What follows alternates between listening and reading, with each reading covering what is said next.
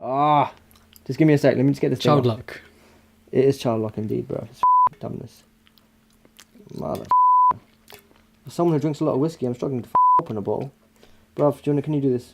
You've got girly nails. My nails. Got man hands. You've got nails. Girly, pink, bright pink nail varnish. What type of technique is...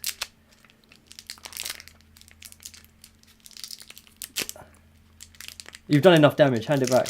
You can't peel it off. It doesn't work like... Dude. Savage. You It's not a cork, yeah? Perfect. Savage. And we are live in 5, 4, 3, 2, 1. 2 Guys, 1 Bottle, episode number 4. So what's the premise of 2 Guys, 1 Bottle, first of all? For any first time watchers, listeners. 2 guys, 1 bottle, and some bull conversation. With the swearing already in the first minute. We have to set the tone pretty well. You have to set the tone, it seems. Every time. So the first 3 episodes we covered Living Life Larger, a new YouTube show. Yeah. We did Universal Laws in episode 2, and then we did The Science of Winning Love in episode 3. Mm-hmm. And today we're going to be returning to Living Life Larger. They've released a new episode number 2, which is all about mind and how important are your thoughts. So on that premise, let's start off with gauging our foundation for the topic before we move into it. Sure. What's the difference between mind and thoughts? That's my first question. Can I have some Pepsi, please? I thought we were doing it neat. The easiest way of saying it is a mind is where a thought takes place. Our mind is where our thoughts take place. A mind is where a thought takes place.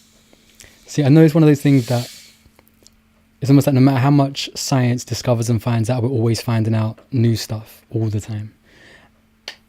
And like even now, I'm unsure of exactly where my understanding is or where it sits with all of this.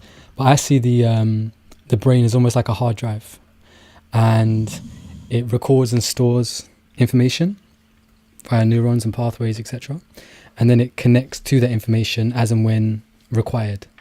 Don't know how that works, but that's my understanding of the mind. But when it comes to thoughts, you said that the mind is where thoughts happen. That's what you said, right? Yeah, no. So when you say that, what do you mean by it's where they happen? It's where they take place. But I'm not saying like that's all it is. I'm not trying to like reduce it to that, but it's just an easy way to answer your question. Because when you ask... Are thoughts created in the mind? Yes. That's what you're saying? Yes. They're generated in the mind. Okay. That's where they take place. They can only take place in a mind. Wow.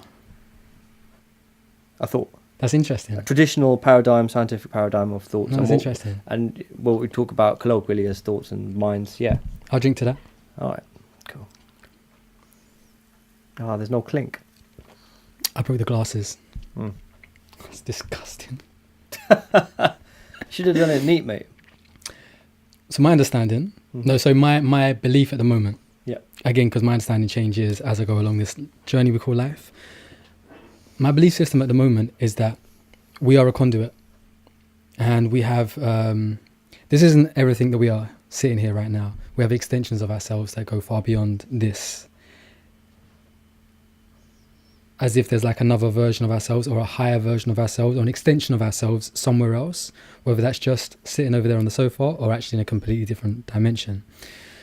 So my belief system, I'm going to be very careful the words I use now. My belief system is that we're like a conduit, and our mind is almost like an antenna where it picks up on the frequency of an individual person, like a TV and a channel. So ITV3 will only ever pick up ITV3 on that channel until it's reset to a different channel. Or like Kiss 100 being on a radio particular station. Frequency. Yeah. All right.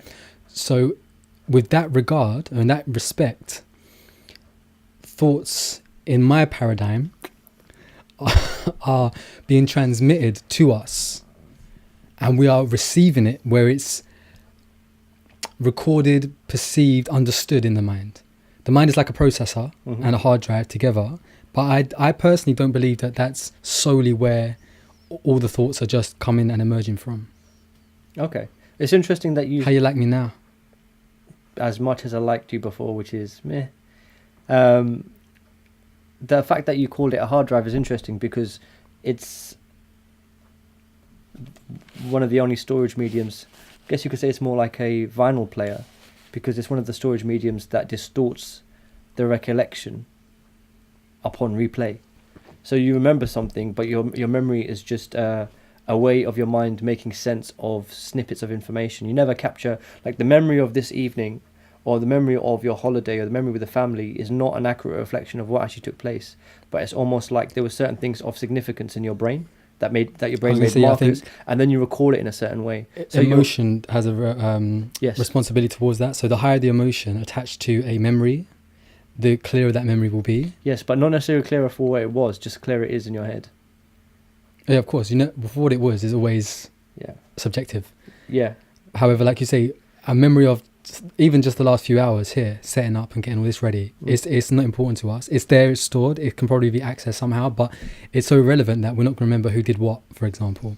Whereas if I slapped you right now, because of that feeling, you're never going to forget that time when I inadvertently slapped you through a show, just because I felt like it. Because there's an attachment of feeling and thought together. That's how it makes you feel. That's a fair example to use. So, yeah. Or, for example, a breakup or a death, yeah, or those kind of things. It's almost like an accident. If you're in an accident, a very major accident, that first moment is very clear to you, and it never kind of leaves you. What I'm saying is it scars you. That's the kind of thought that scars you. I think it's, again, because we put priority on it. We put presence on its importance in our identity, that it becomes clearer than all those other thoughts that, like you said, we kind of try and piece them together. But as it's not that important, it's almost like, but those stuff that we do every day, I guess a major accident you think about every day, but like a password on your phone, you never forget where that is. And it's never unclear to you where that is. After a few repetitions, you never forget it, kind of thing, until you change it. Or you get amnesia, you get punched in the back of the head. Sure. Yeah, fair enough. But what I'm saying is that kind of stuff is almost like storage, because it's already stored in the brain, you're just accessing it. Like, whereas it's not a brand new thought that's coming into the head. But the brain is less like a camera and more like a oil canvas and a painting. The brain or the mind?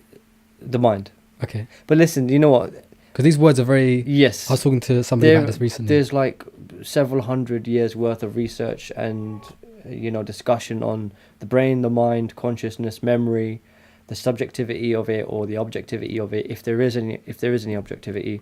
There's a huge, really, really detailed and advanced kind of discussion around these concepts. So trying to unpack it in the amount of time we've got, it's like pissing in the wind. But it is an interesting conversation to have. I think there are a few things, like mentioning, for example, that memory is subjective, and that each recollection is, you can never mentally capture a memory like a camera, but like a painting. Each time you're drawing a new painting, even if I say to you, remember your dog, and then a week's time I say, remember your dog, those memories they can tend to even differ slightly, even though nothing has changed. Maybe your dog's passed away, you don't have a dog anymore, but the recollection of that event, it just differs from where you are, in which place you are in your life. So I found that really crazy. The reason that this interests me is they did research into juries, and they found witnesses in court cases, and what they found is that there was a huge margin of error where people were saying, yeah, I saw that guy do it, he did it, he's the suspect, accusing them of doing the crime. Turns out they were completely innocent, but purely on a witness kind of testimony, people have gone to prison in the past. But it came to a point where they showed that witness testimony is not objective. It is very, very subjective, and generally it doesn't stand alone to count as evidence, pure as enough proof of guilt. So we're still saying that our idea of where thoughts come from differs. No, I get where you're coming from. I think it's almost like two planes. I think the first layer of thought is the cultural, psychological, inherited, whatever various factors that are to do with your life and what the journey you've been on. There's thoughts in that realm, but then there are thoughts like inspiration. Inspiration, it's a really grey, this is a really muddy topic. I'm not trying to answer anything here, but just to kind of make you think about it. Is inspiration a thought? If it's not a thought, how does inspiration interact with thoughts? And where does inspiration come from? So if someone just gets a melody come into their head, or like Michael Jackson in interviews said that a large amount of his music was written, it came to him from outside, like the beatboxes and the melodies. The words you just said are come into your head. Yeah, which is so so transmitted like an antenna. Yeah, which that's is what I'm why, saying. So it was just so yeah. natural that you said that, because we all say that, oh, the thought just popped up in my head, or Yeah, it yeah. came to me. Yeah. But just that we're so used to saying that term, but without actually analysing what that means, or where that came from, or how that became a natural common part of our language. Yeah. But just that idea gives me kind of stronger belief in what I was saying about us being kind of like an antenna picking up on a frequency. Sure. Now, again, you're saying about culture and about memories, stored stuff in your head. And I do believe that, for example, two things in your head can be pushed together. But there is a spark initially, something that is received, first of all, that connects those two things together. As in, when we're asked to think about something, or we're looking for a solution for something, so we're looking for inspiration, a way out of something or into something, something comes in first, and then it starts to connect around all of the hard drive, the memories, the stuff that's stored in the brain, in order to start linking stuff together as in our own unique identity of who we are. Sure. So the idea of the mind as an antenna. So again, like the way I see it, there's two different layers of it. The first layer is, a thought that you have because you were taught it, or it's ingrained from your family growing up. You missed the bin, bro. Clearly missed it. Like thoughts growing up that have been given to you by your family or by your friends or by your culture, right? Conditioned thoughts. Yeah. That's one level. And then the other level is this antenna and this receiving of thoughts that feel outside of you, right? So then you could ask, where does that come from? And again, it's a lot to go into. We've got a 35 minute video to 36. 36.5 second video to go through. But it's just interesting to point out two things. The first thing is people say subconscious. So if you heard a song in your childhood, you don't know the name of the song, you heard it when you were really little, and then 20 years later you're making up a song. I use the music because it's a very illustrative example, but 20 years later you're writing, putting together, composing a song, and then a melody pops into your head. You can't say where from, and it turns out that melody you overheard 20 years ago or wherever it was, but it just was somewhere hidden away in your brain, in your subconscious, lurking. And then when you open up your antenna, when you're consciously receiving inspiration, like, oh, what's the solution for this problem, and your mind suddenly opens up and it just leaves a void and hopes that something will fill the void, so you could say subconscious. Alternatively, just to put a kind of spin on it, which I think you'll appreciate, is the idea of a person having an idea for an invention on one side of the planet, and then within a couple of months somebody on the other side of the planet 100 monkey effect. Yeah.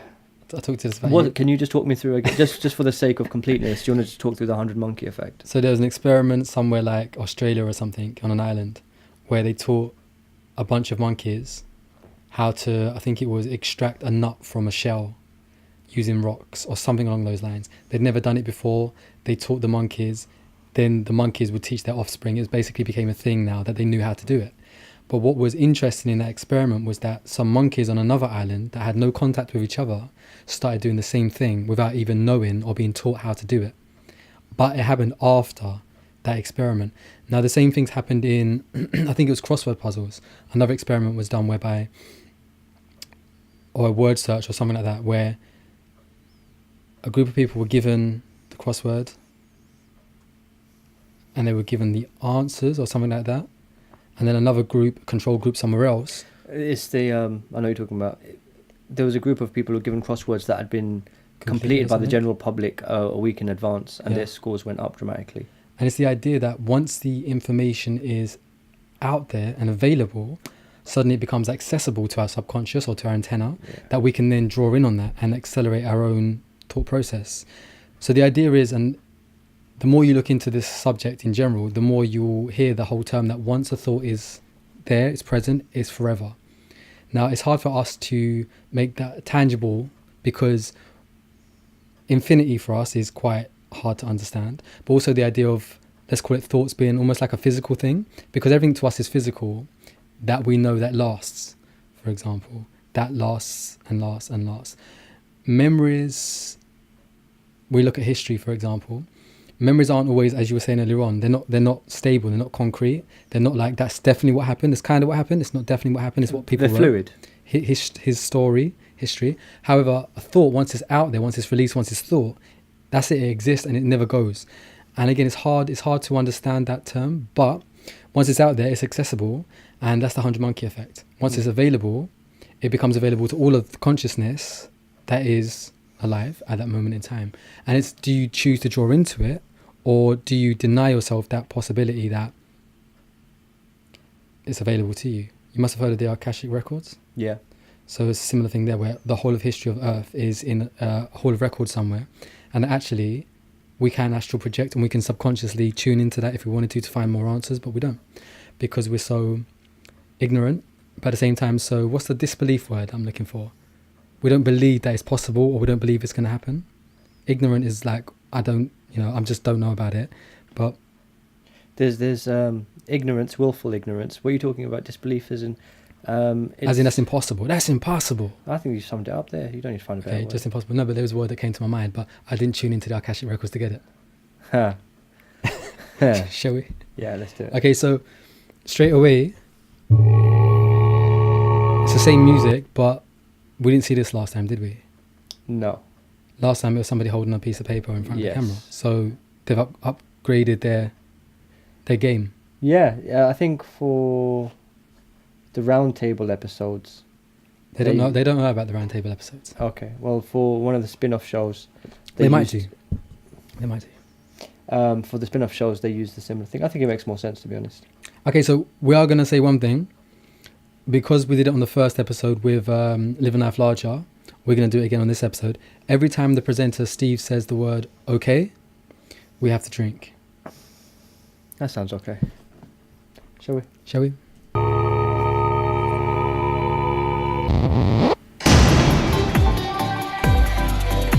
And titles as well now. No, it's nice. Does that add any different dynamic to the viewing, do you think? To have actual titles on there rather than just a card in front of a camera? Yeah, it just gives it a bit more of a air of more. It's not formal, not formality. Familiarity, as in we're used to. No, it's that is something that will grow. With repeated viewings and watching different episodes, it just becomes part of the. It will become like a staple of the series. Same as the music. You're like QI. You just have that melody come in your head and the intro shots and the kind of how it all lines up. What it is straight away. And it's ingrained. So yeah, that's one way of they will. Again, there's a word that we're looking for that's not coming to our minds, but we know we're like this. We don't need to overthink we're like this. it. Yeah, we know. Okay, so we know who these guys are. Yeah. Hello, yes, you're watching Living Life Larger. This face is Steve Surridge. This face Lauren Connor, and we are your hosts for this crazy show for the next half an hour. I've been told I'm too tall. Okay. So we've got an amazing show coming up. Don't go away. We've got an amazing guest who could change your life. The show's that powerful. Okay, but I'm going to tell you to mind your own business. Why am I doing that, Lauren? Well, Steve, you're doing that because tonight's show is all about the mind. It's called The Mind and How Important Are Your Thoughts? Yep, we are building on last week's show, okay? Man said okay. Got to pay attention, seriously. Yeah, all right. This happens last time, though, where I'm just too busy paying attention to what they're saying, and I miss the okays. Or I listen out for the okays and pay no attention to the content. Online, it's on demand, because we're on the web, okay? Yep. And that was all about well-being and what creates your well-being, okay? We decided that well-being comes from the thoughts you think, from how you manage your mind. That's what this show is going to be all about. But first, we go over tonight's news. Yeah.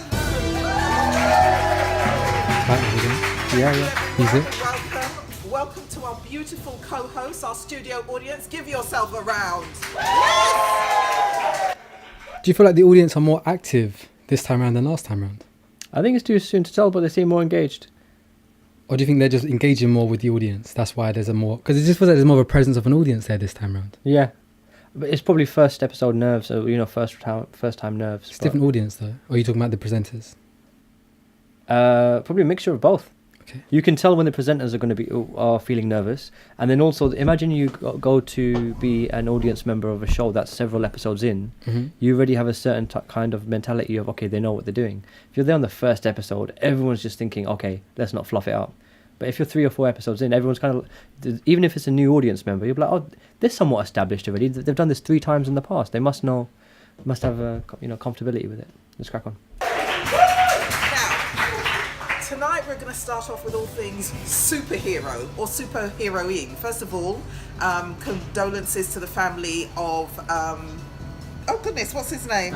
Stanley. I'm not really a cartoons person, but he created X-Men, and I think... I thought she was going to say Khashoggi. And we had a study recently Everyone done by knows BBC America. Do you know Khashoggi, though? No. He was the guy... Controversy. He was abducted from a Turkish consulate and butchered. The old guy. Yes, The old guy. The older guy.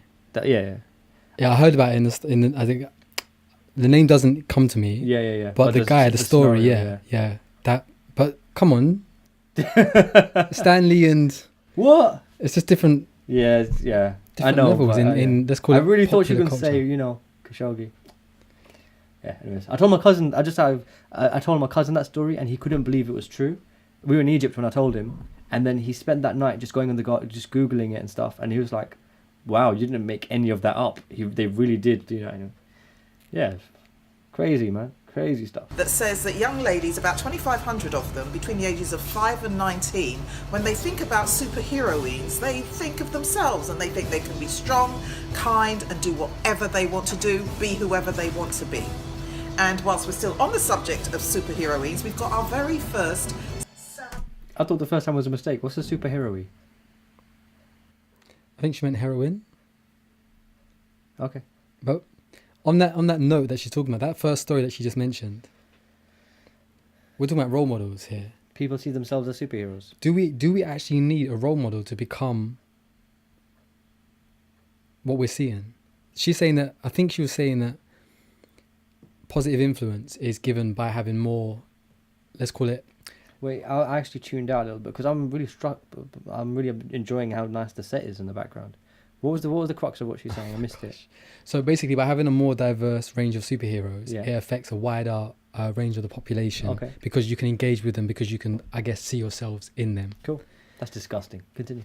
It's like when Black Panther came out, and everyone of a certain race or particular Background. They were like, were like we've Wakanda actually got a- forever. Yeah. And it was quite a big thing for a while. But for me, it was like, okay, I understand the whole, you've got Superman, you've got Batman or whatever. How much does it affect you being a what? brown man? Yes. What would you say? If I was to racially put you into a box, how would I describe you? That's your job. How do I box in See, myself? I just see you as my boy. Do you know what I'm saying? Just, But what I'm trying to, Yeah, but that's like. what I'm saying is, there's no superheroes that are massively huge that represent your ethnic background. Yes. In my culture, No, I'm not spreading that. in the Western Hemisphere. Sure. So how does that affect you? Does it affect you? Sorry, is the better question. I'm grounded in a different way.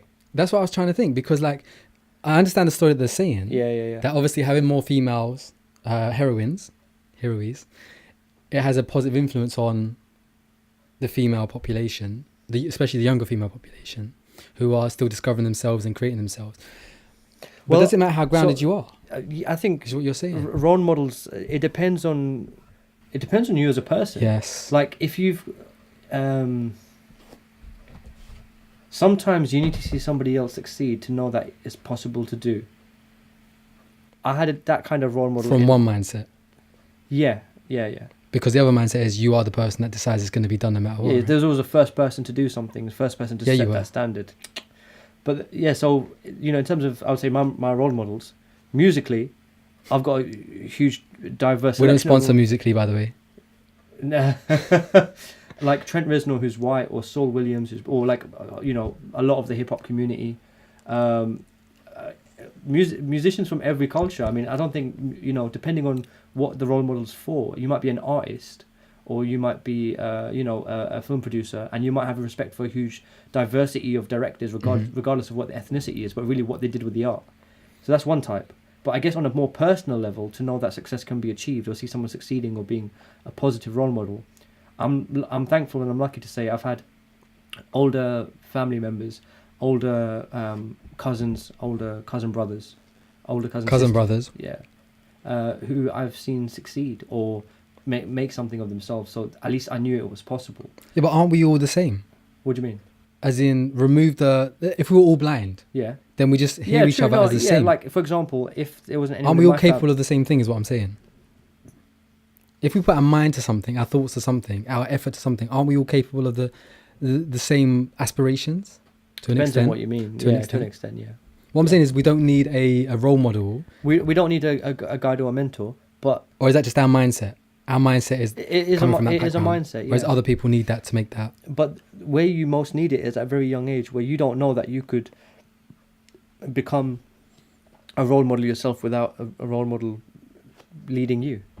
There's some people who grow up without a role model and they become role models themselves. So yeah, so some people grow up without a role model and they become a person who develops enough, in terms of certain good characteristics that they are positive. You get bad role models as well, actually, which in that sense, everyone's a role model.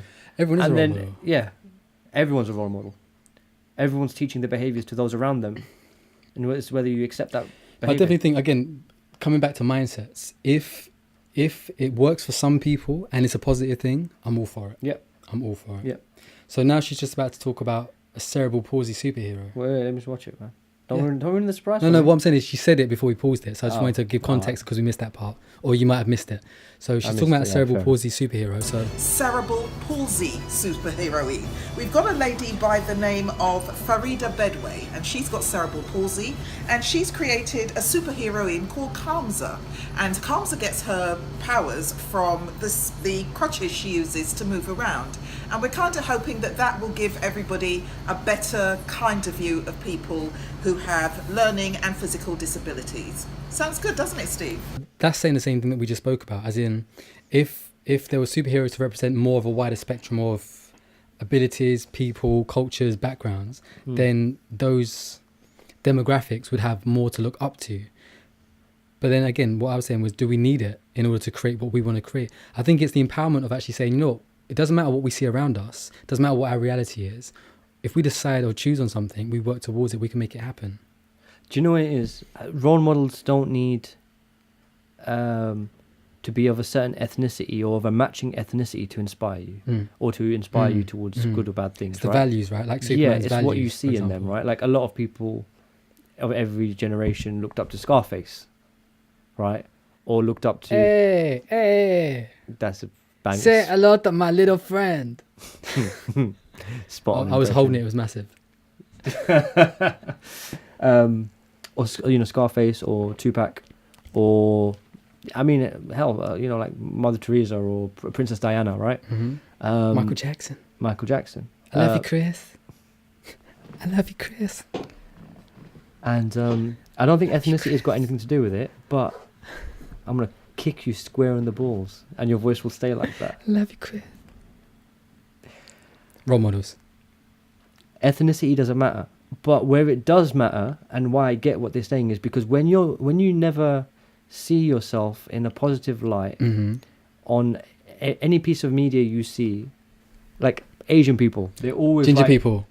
Where? You said you were strawberry blonde, goddammit. Son of a Lied to me. Language, Andy. Right, so. my first beep. No. I drink to that. Yeah.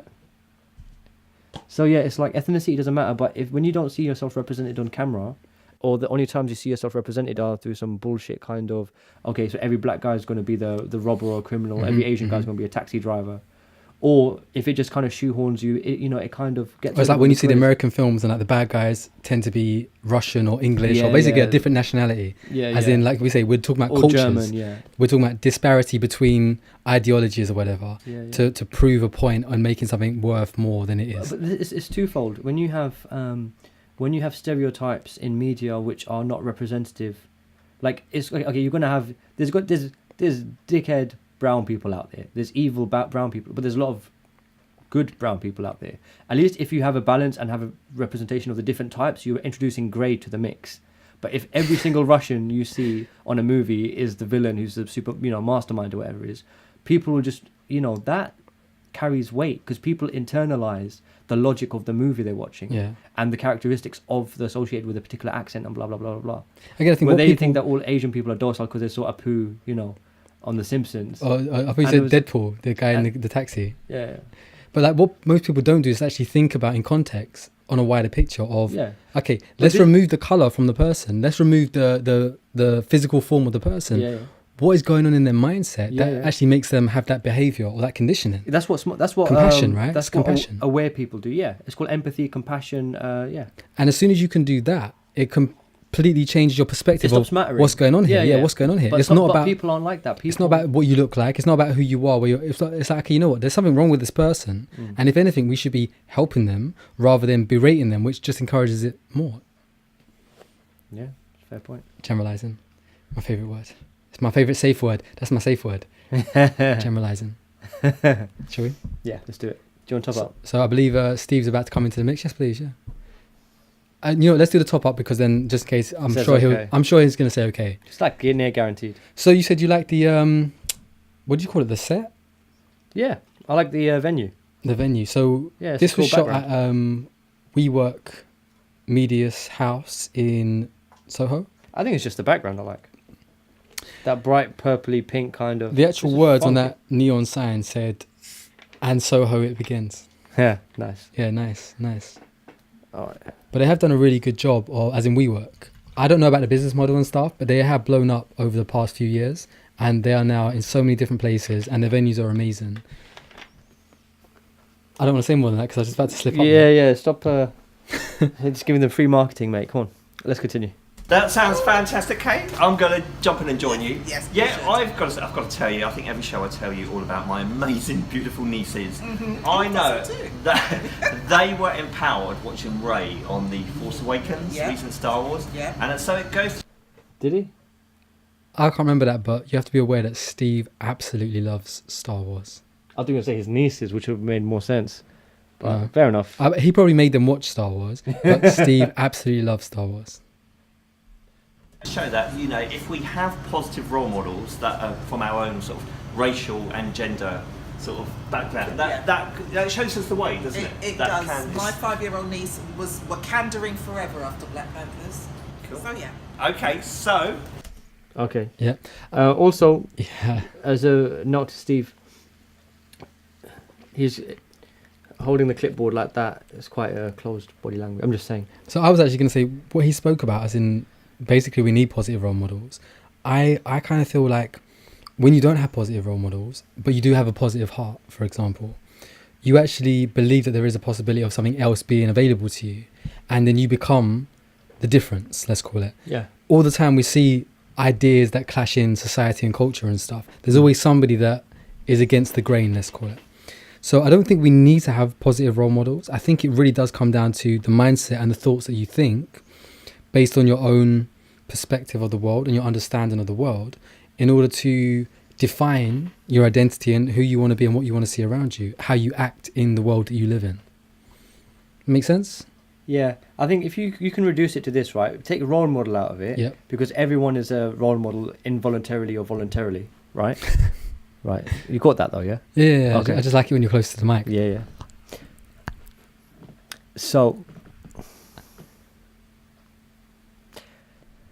So everyone's a role model, voluntarily or involuntarily, right? No one has a choice. We all advertising our lifestyles and our thoughts and our behaviors. Like we by are each other's being- role models without even realizing it. Yeah, we have an influence on each other and the Through people different around points us. in time, yeah.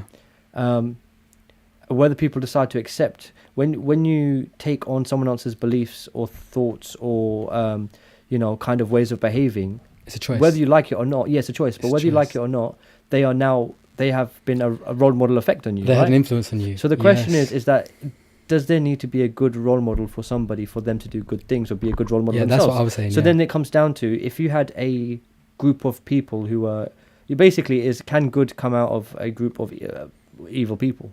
Yes. Yeah. So then, I'm thinking yes, it can. Yes, it can. That's what yeah, I was disagreeing with you. I was saying yeah, I believe it can. yeah. Because then in that case, then you don't ever need a role model because if out of a group of maybe warped or twisted or dark people, you can have good actions and good behavior and. Or someone that just disagrees with the morals of the group or the values of the group and say, actually, no, this is wrong. And then actually step away from that I watched the film last night. It was called something.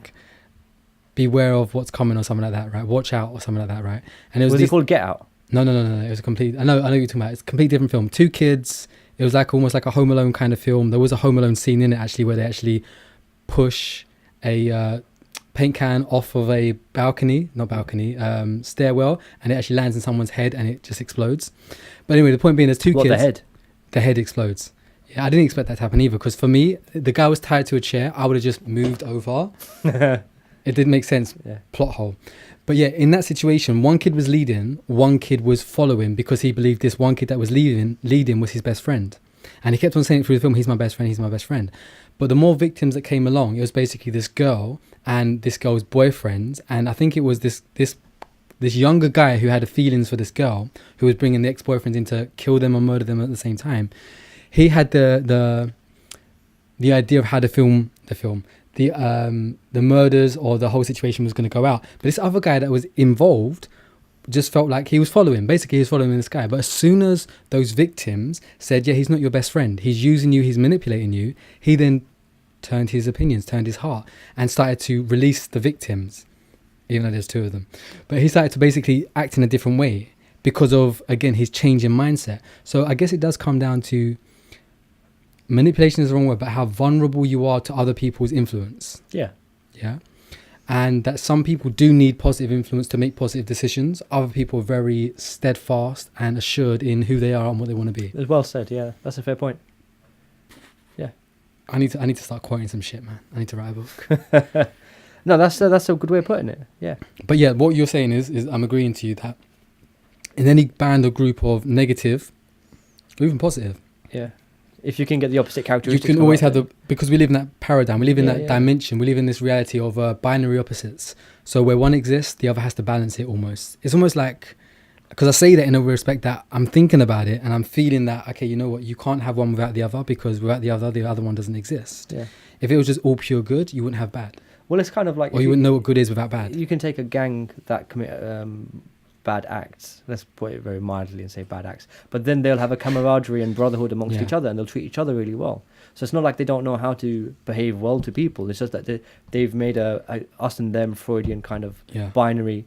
I'll treat my people good, but I'll treat everyone else badly. Mm-hmm. So yeah, I think, like you're saying, if someone's susceptible to influence, it's better that they have more good role models in their life. Like, say, a young child only sees bad representations of themselves on the screen. Having good representations out there, it's only going to do good. Because children are very innocent and they absorb a lot, don't they? Because they're still easy working to on influence identity. as well. Easy to influence. I think it is becoming younger now. Their minds are malleable, so they're more impressionable. There we go. But it is like we are seeing that the youth of our generation now are finding their identity earlier than we did. As in that moment when you become conscious of who you are and what you're being and what you're projecting out in the world. Normally it was, not normally. In our time, I think it was what we call puberty. You know, that moment when we start to change and we start to grow and we start to basically rebel against our parents. Yeah. But now it's like, I don't know about you, but like I spend a lot of time with different age ranges. I worked in a lot of schools recently doing film projects, and these kids are so aware that it just blows my mind how young they are, but how aware they are of who they are and what they think and how articulate they are in their thoughts. I don't know what that's about, but my point being is that because they've been given, they've got the internet, they've got Google. They've got more freedom than we... They've got Facebook. They've got more freedom than we did as children. Yeah. We grew up just after the era of be seen but not heard as children. And, you know... I think the internet has a big part of it, though. Yeah, I'm sure. Because, again, it expands the idea of the thoughts and the mindset that we have. Yeah. Because of the access that we have to, let's call it more thoughts and more ideas. 100 monkey effect. Yeah. That's a physical form of that. The idea that you can tap into a internet and then just get the information that you want almost in a click of a finger just by pulling out your phone. Well, you have to think of it like this as well, right? A lot of organizations, businesses, schools, etc., they were thought of as like military organizations. Training. Where you've got a dictatorship from the top down and then the next level of dictators, and the management structure is basically controlled. Yeah, but arguably it's still like that, no? It's changing because they realised that in order to keep up, like big corporations... Academies are different to schools, right? So, yeah. Okay, sure. You don't know then? Okay. Yeah, but the point... yeah, I agree with what you're saying because it's changing. Corporations have realised that in order to keep up with the Googles and the Facebooks and the Microsofts of this world, they have to change the way that they structure it. They have to change their mindset. So it goes from this kind of top-down linear structure from most senior and down. Now it's like, how do we work in a more collaborative, where we're all open value, source? all value, yeah. and all important to Yes. the overall outcome. Shared ethos and all this Yeah, stuff. So now it's yeah. less like, do this because we're paying you to, and you do as you're told, and you take instructions and orders from us. And now it's like, how do we get our employees to buy into our vision? So the language has changed massively. But if you think of schools, back in the day, the headmaster, headmistress were like... Cane. Yeah, like, you know, very, very, like in the military Not in my style. day, in my mum and dad's day. Yeah. But that's what our parents grew up with. Yeah, exactly. But now yeah, it's changed yeah. entirely to how do we... You can't touch a kid today because you get sued Yeah. and you sit the lose hell your out. job Yeah. and your career. Yeah. Yeah. Whereas before, teachers used to get paid to hit children. Can you believe that? Can you believe that? Yeah, if you're not aware of this, like, people used to get caned, as in a cane is a stick, a hard stick that you get whoop-assed. That was allowed. And now it's just unbelievable that we can even think about that. Back in the good old now. But again, we grow, we expand, and we move into a different dimension. And these kids are being allowed, they're given the freedom to explore their personalities Yes. without a judgment or prejudice or oppression, or, you know, they're actively encouraging, the teachers are saying. You know, it's like a good military unit is uniform. You get everyone follow the order at the same time, no, deviation from the norm. So the more uniform your people are, the more they act as a group unit, a hive mind, and less as individual. And the more efficient you become Yeah. by working on the same path. Exactly. So Yeah. it used to be that you want all the school kids in the same uniform, all behaving in a very well mannered, disciplined, polite. Fair enough. Some of those principles still apply, but in terms of personality traits as well, there's more freedom around that. So people are free to be quirky or free to be, you know, grow into their personalities. But anyways, Let's carry on with Steve. cool. What's next? I've got to leave you in Lauren's hands. Now, guys, hi everybody, hi studio audience, and hi to all of you watching at home.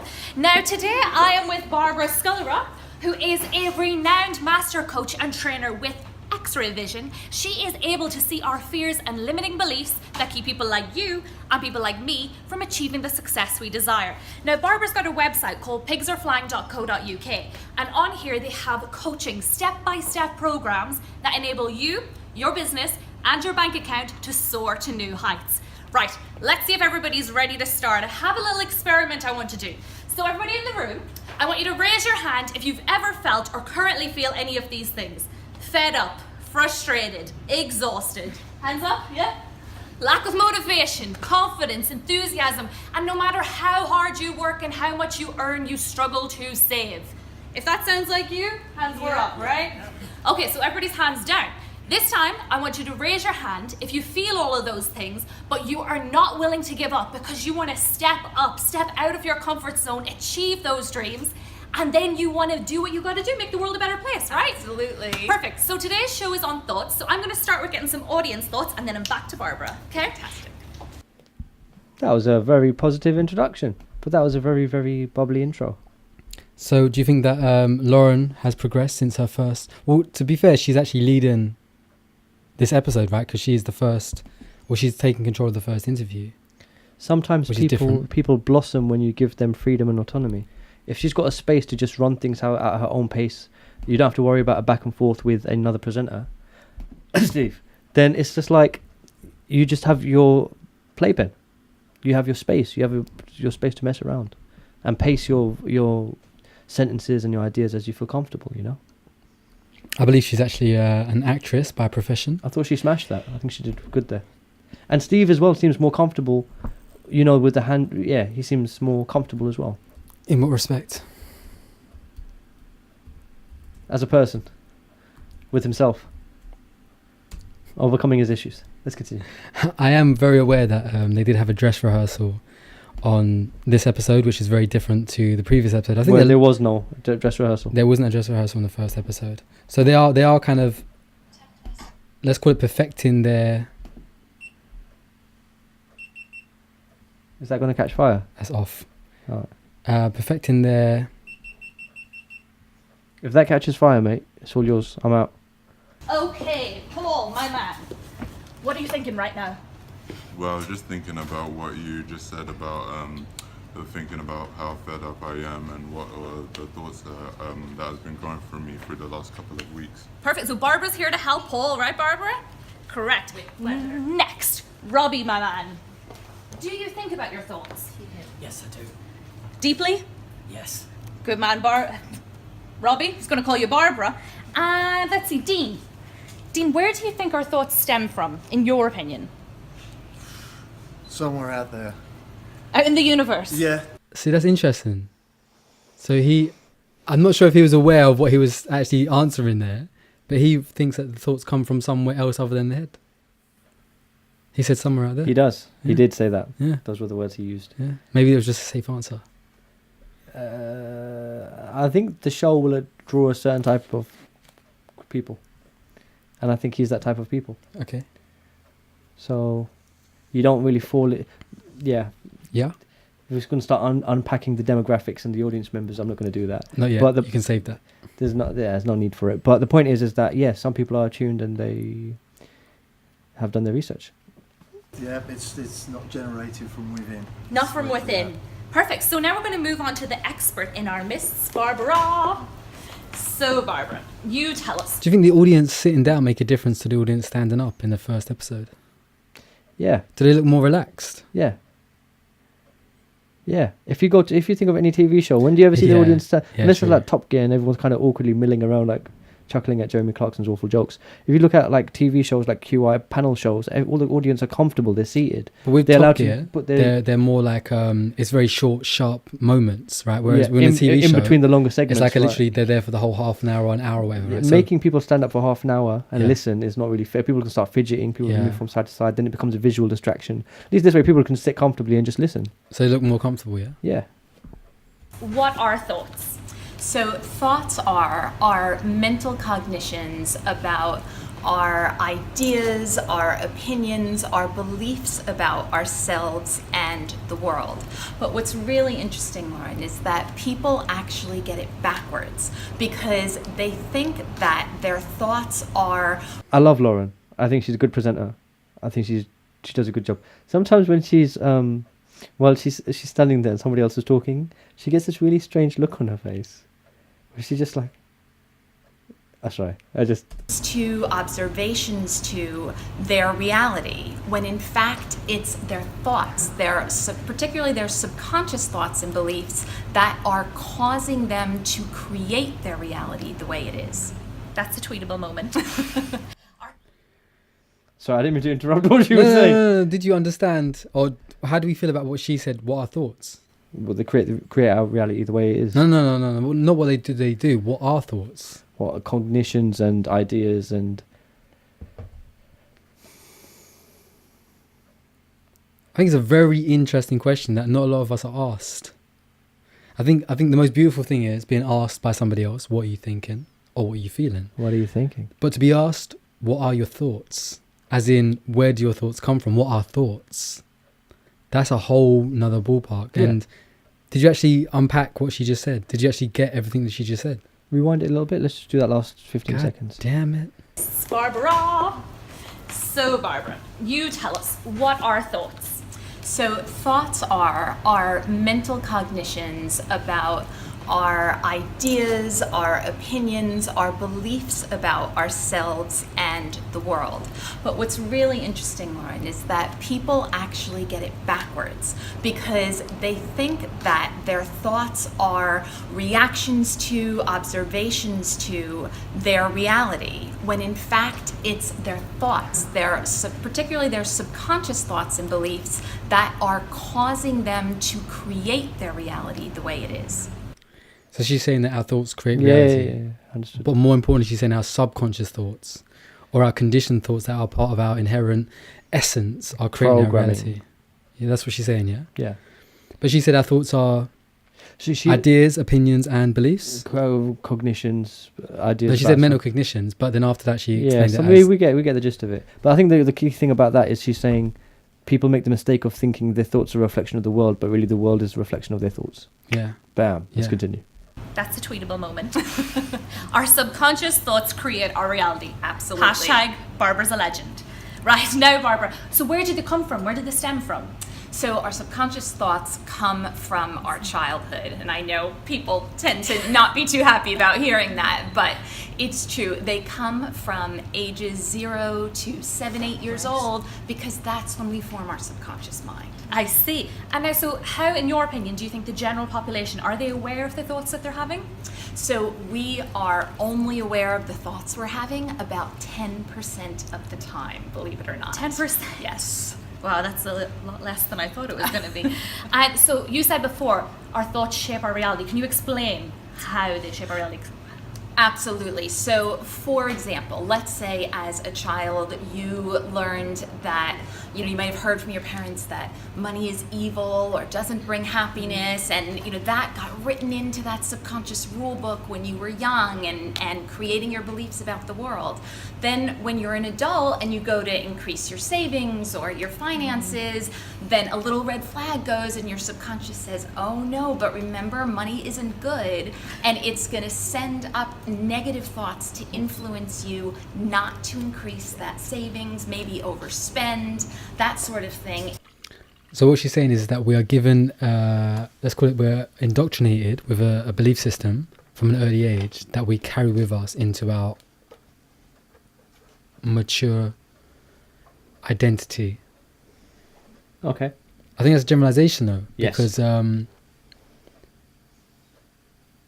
not disagreeing with what she says, that when we're younger and we're not aware of the world around us and we are forming our identity, we're trying to understand what's happening, and so we are very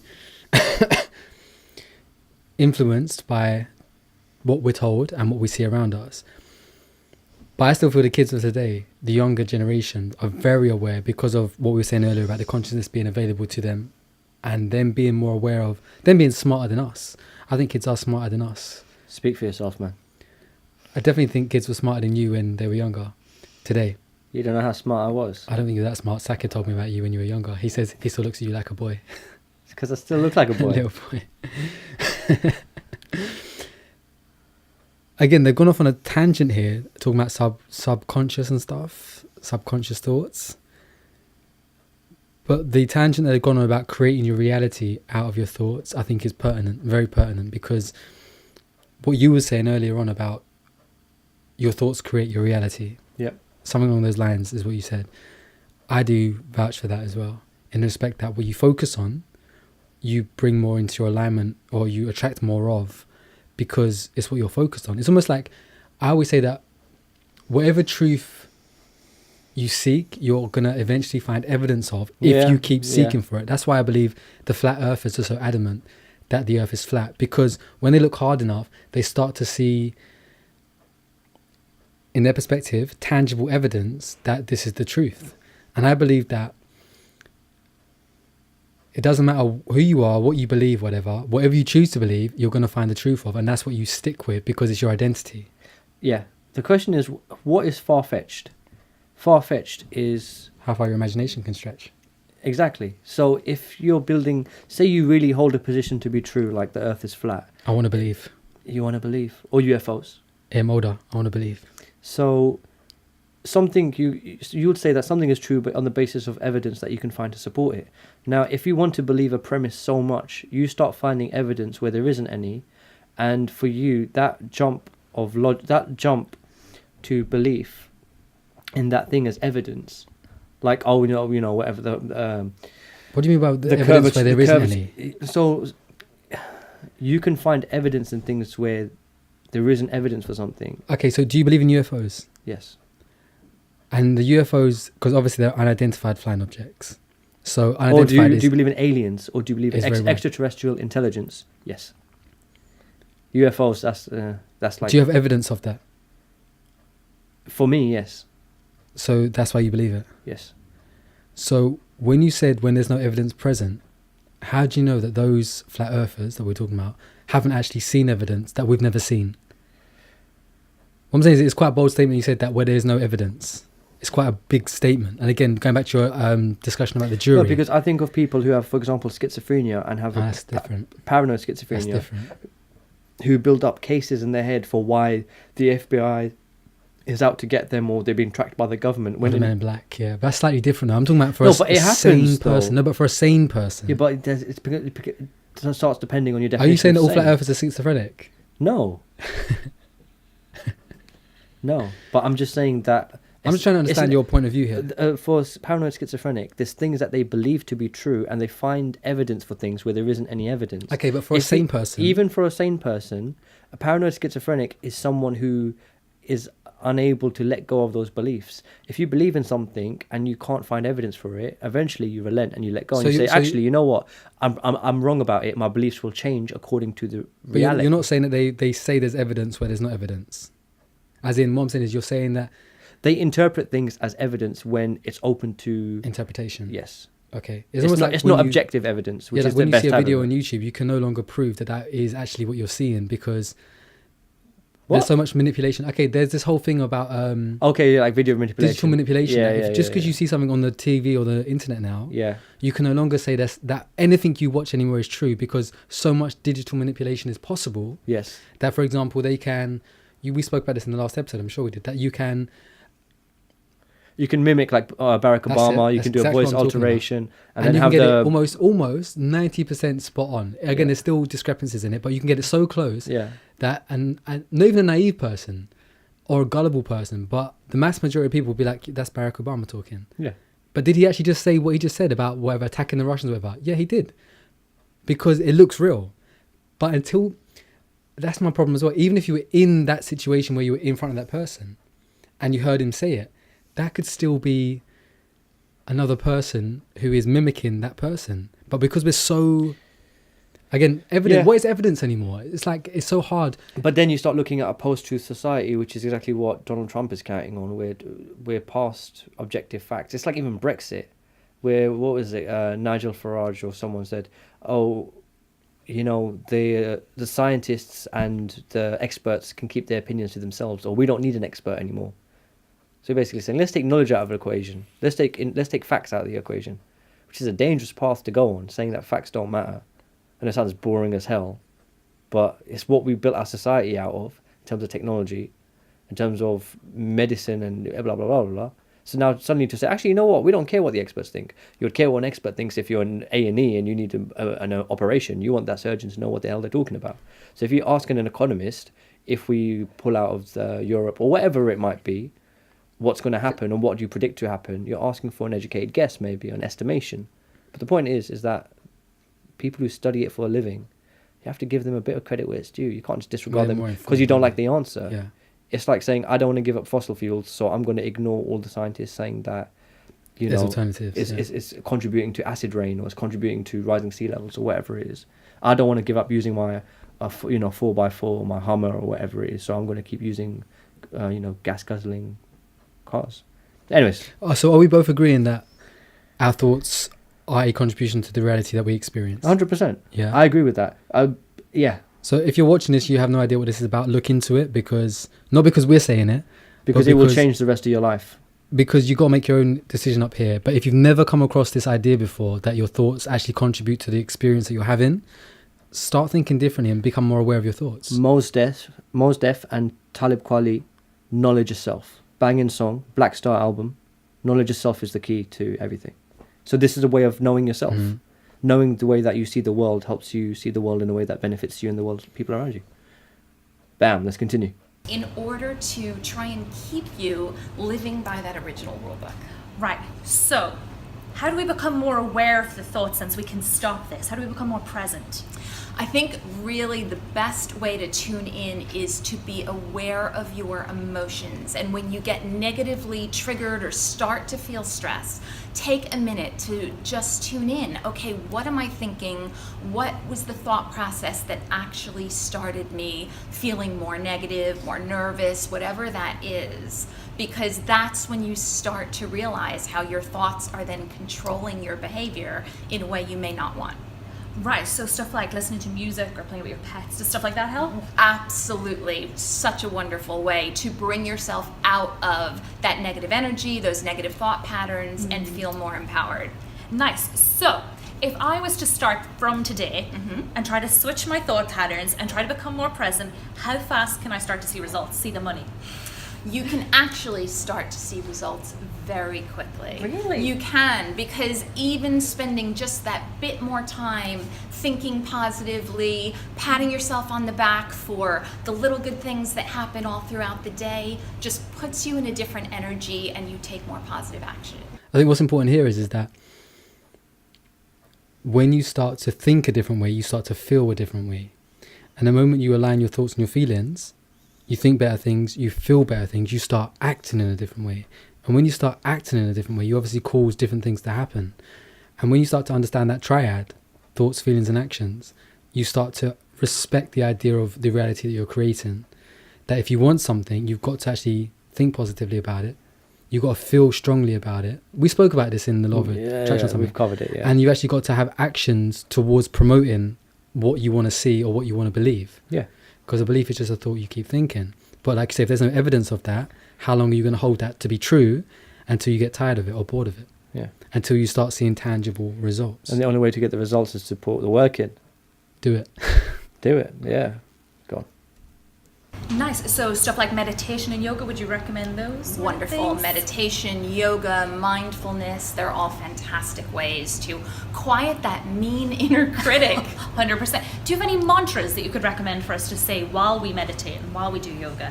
I think what's important is notice what your negative voice says in your head. It may say, you're not good enough, or you're a fraud, or whatever it is, and then concentrate on all the evidence around you that proves that to be false, and say those things to yourself.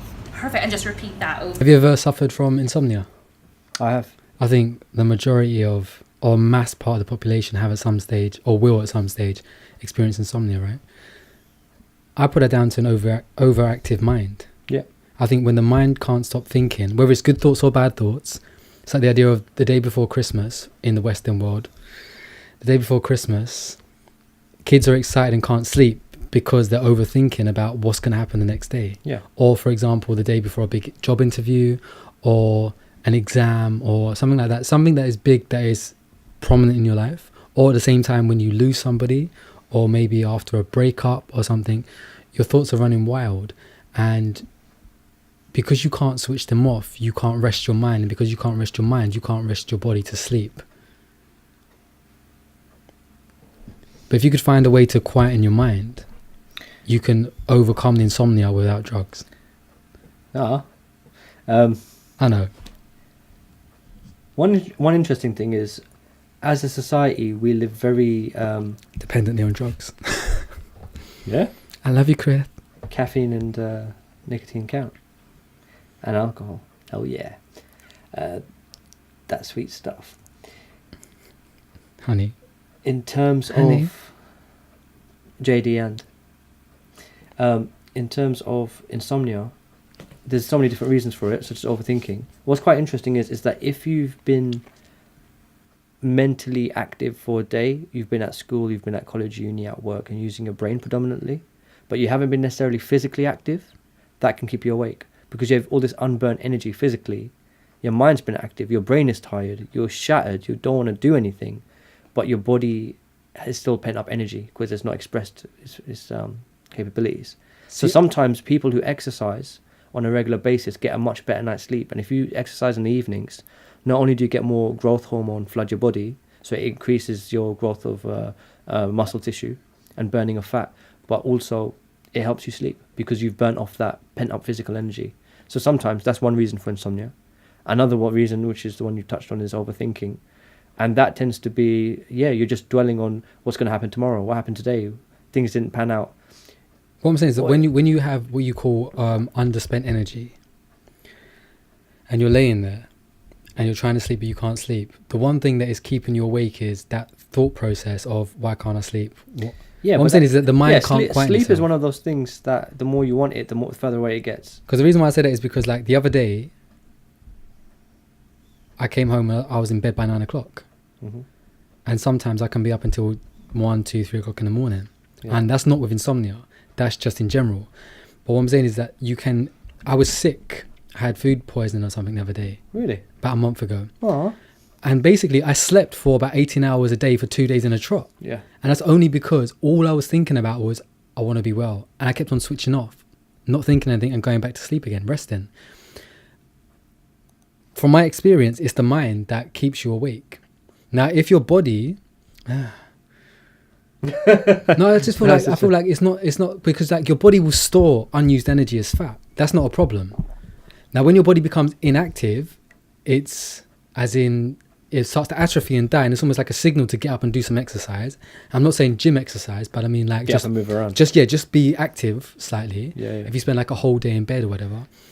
But when you look at the older generations and even the younger generations, I'm talking about babies. That one baby. And very old people at the end of their life, when basically they spend all their time or a majority of their time actually resting and sleeping, and they're actually awake for very little amount of time. That unused energy, now again, baby might be slightly different because it's growing, but for an older person, they're still consuming meals and stuff, but they're not having to use the energy.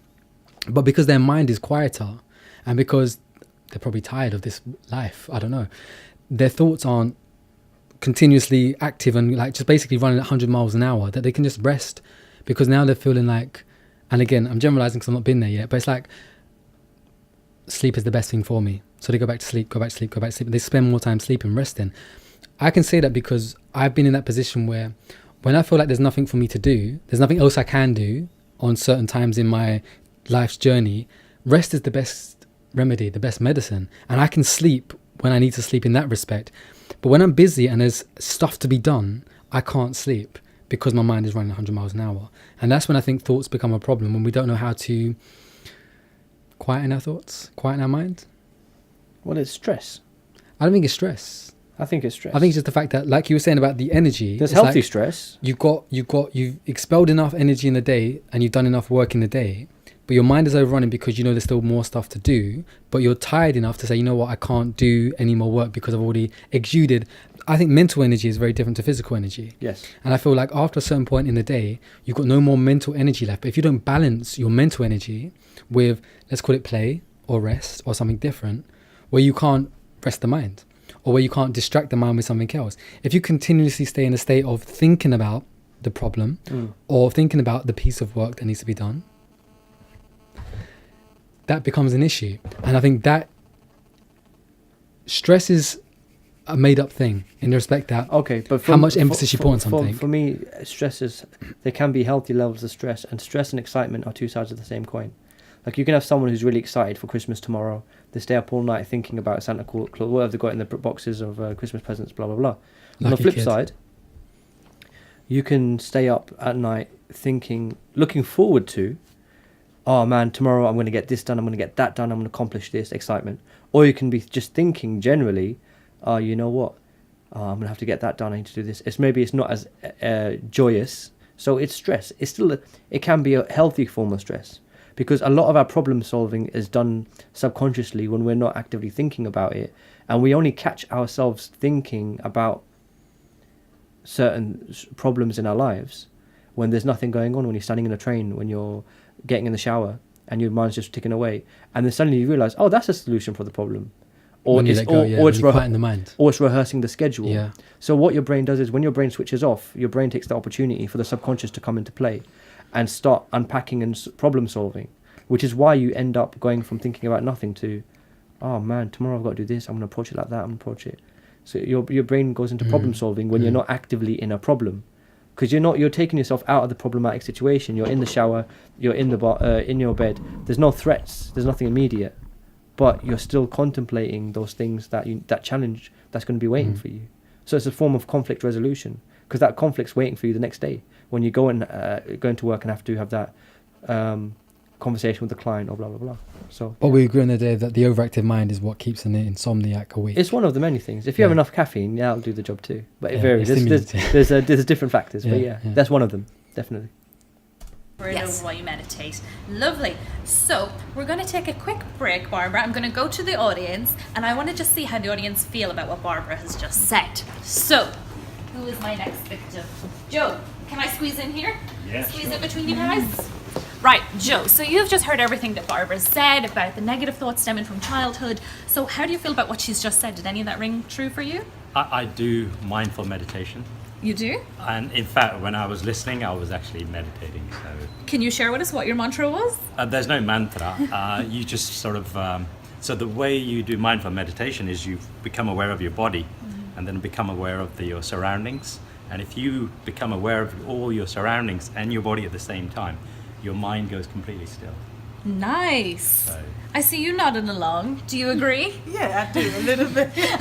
I do. I think even when you're sitting down, you can always find yourself you put yourself in a box and just kind of close your mind and just find a peace and just relax yourself rather than overthinking. So it's always good to just find yourself. Nice. So Barbara's had a positive impact on the audience. We have some meditation. We've got positive thinking. Now let's get back to the expert. Barbara.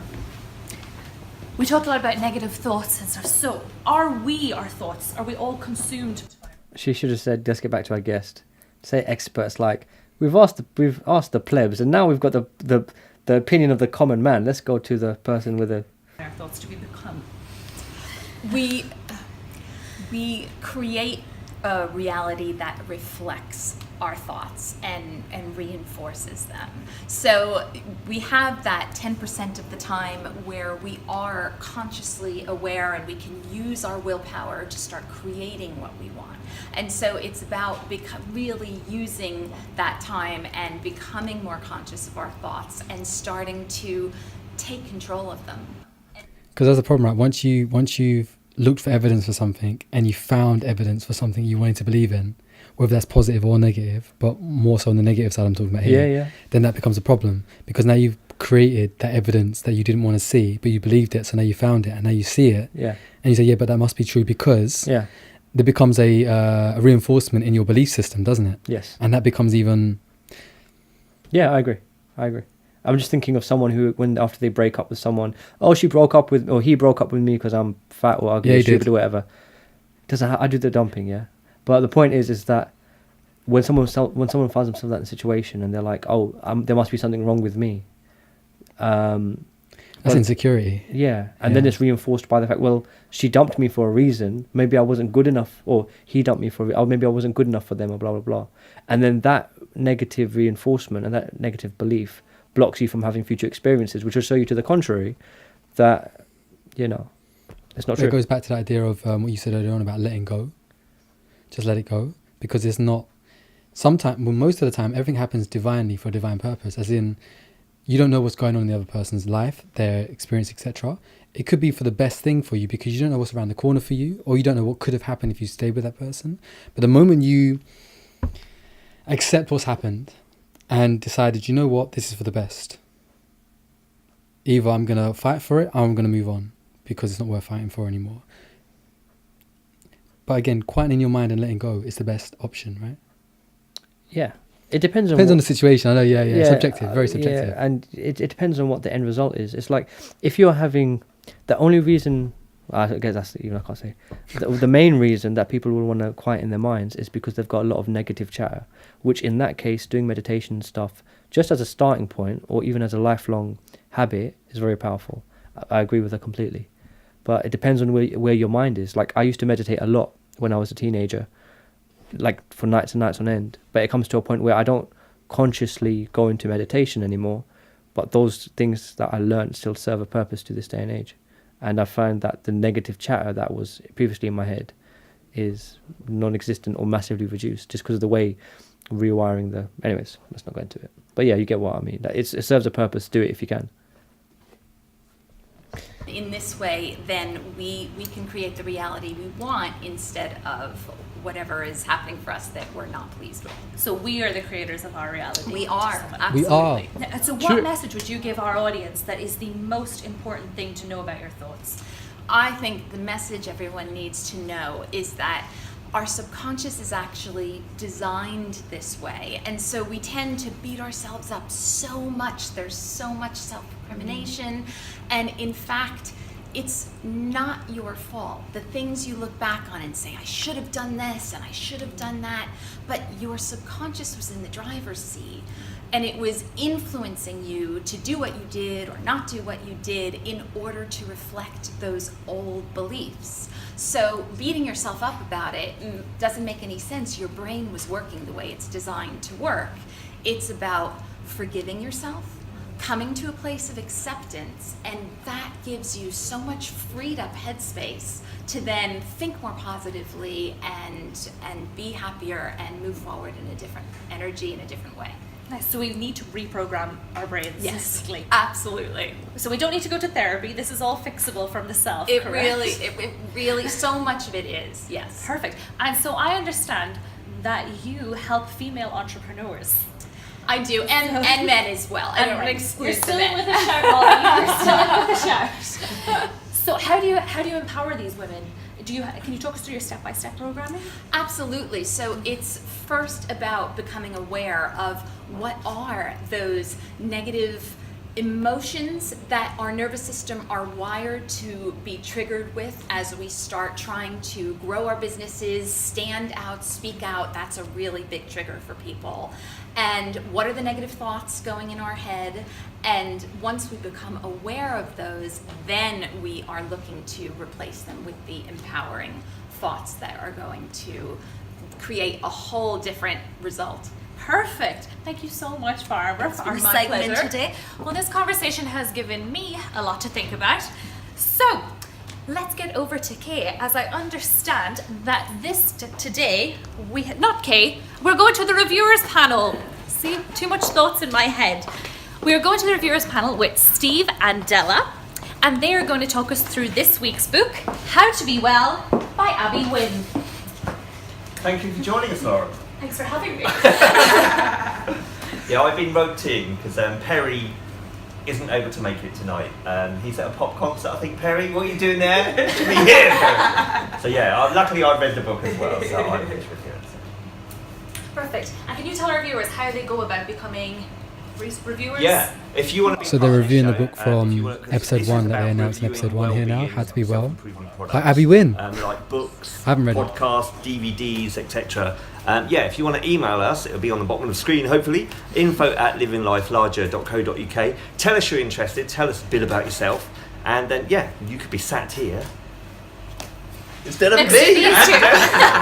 Perfect. So we're going to talk about this week's book, which is called How to Be Well.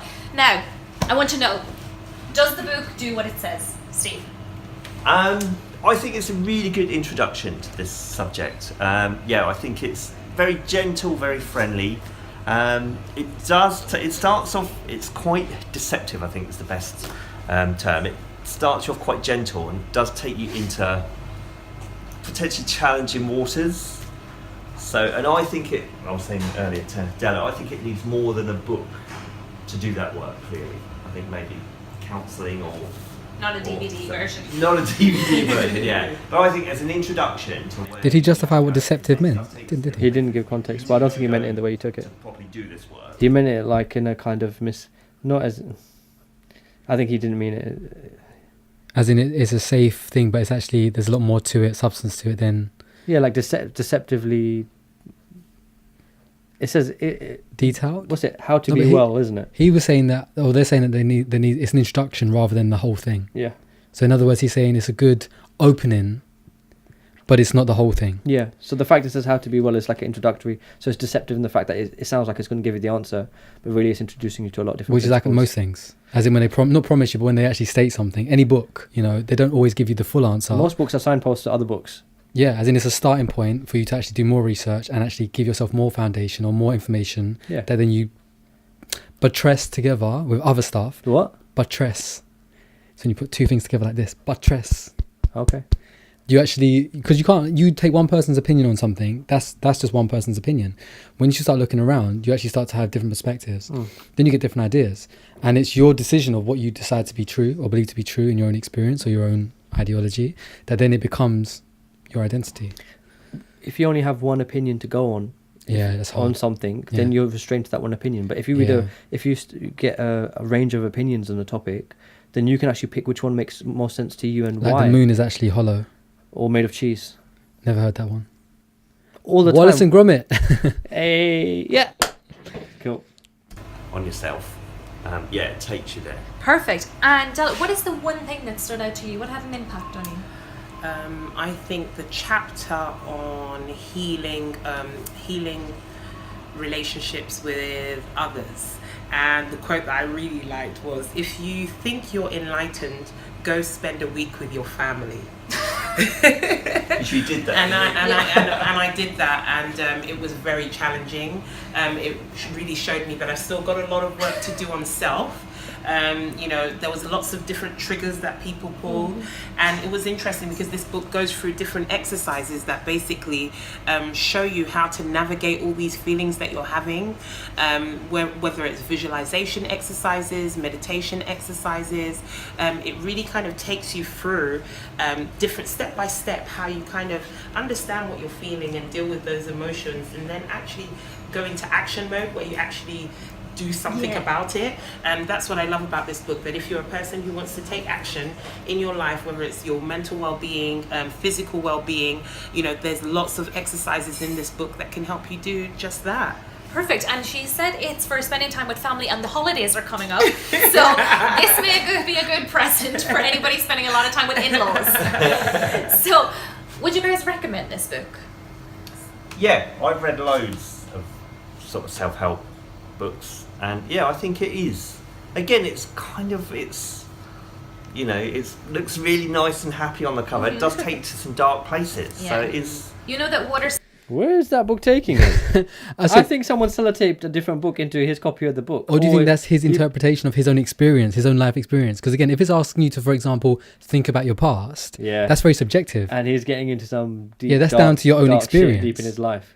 And I think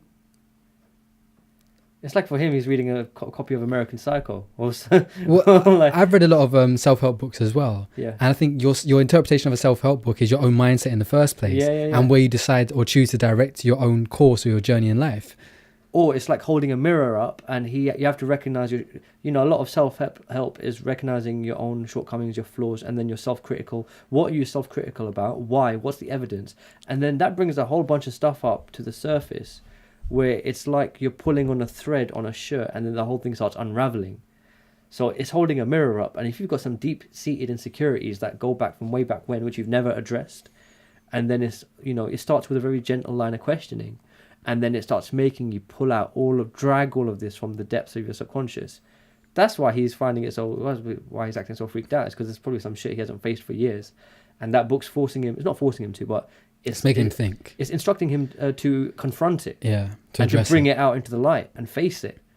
And clearly that's a mess. Now, is it fair for me to say that neither of us have read this book, right? No. So far, in this short book review, do you think this is a fair representation of a review of a book so far? As in, the information that you've been given so far, do you think that you understand the book, or you have a appreciation for the book? Whether or not you're into self-help, and whether or not you're going to buy the book, what's your interpretation of the review so far? What do you think? What are your thoughts? Well, they haven't really summarized. I don't know. It's more like they haven't been talking explicitly about the book itself, but more about what they took away from it, which is valuable. They don't want to spoiler alert, but they're just talking about what their experiences with the book, which is a completely fair way of doing a book review. If I was watching this expecting to know what kind of chapters it covers, what kind of things does it go through, I have no information on that yet.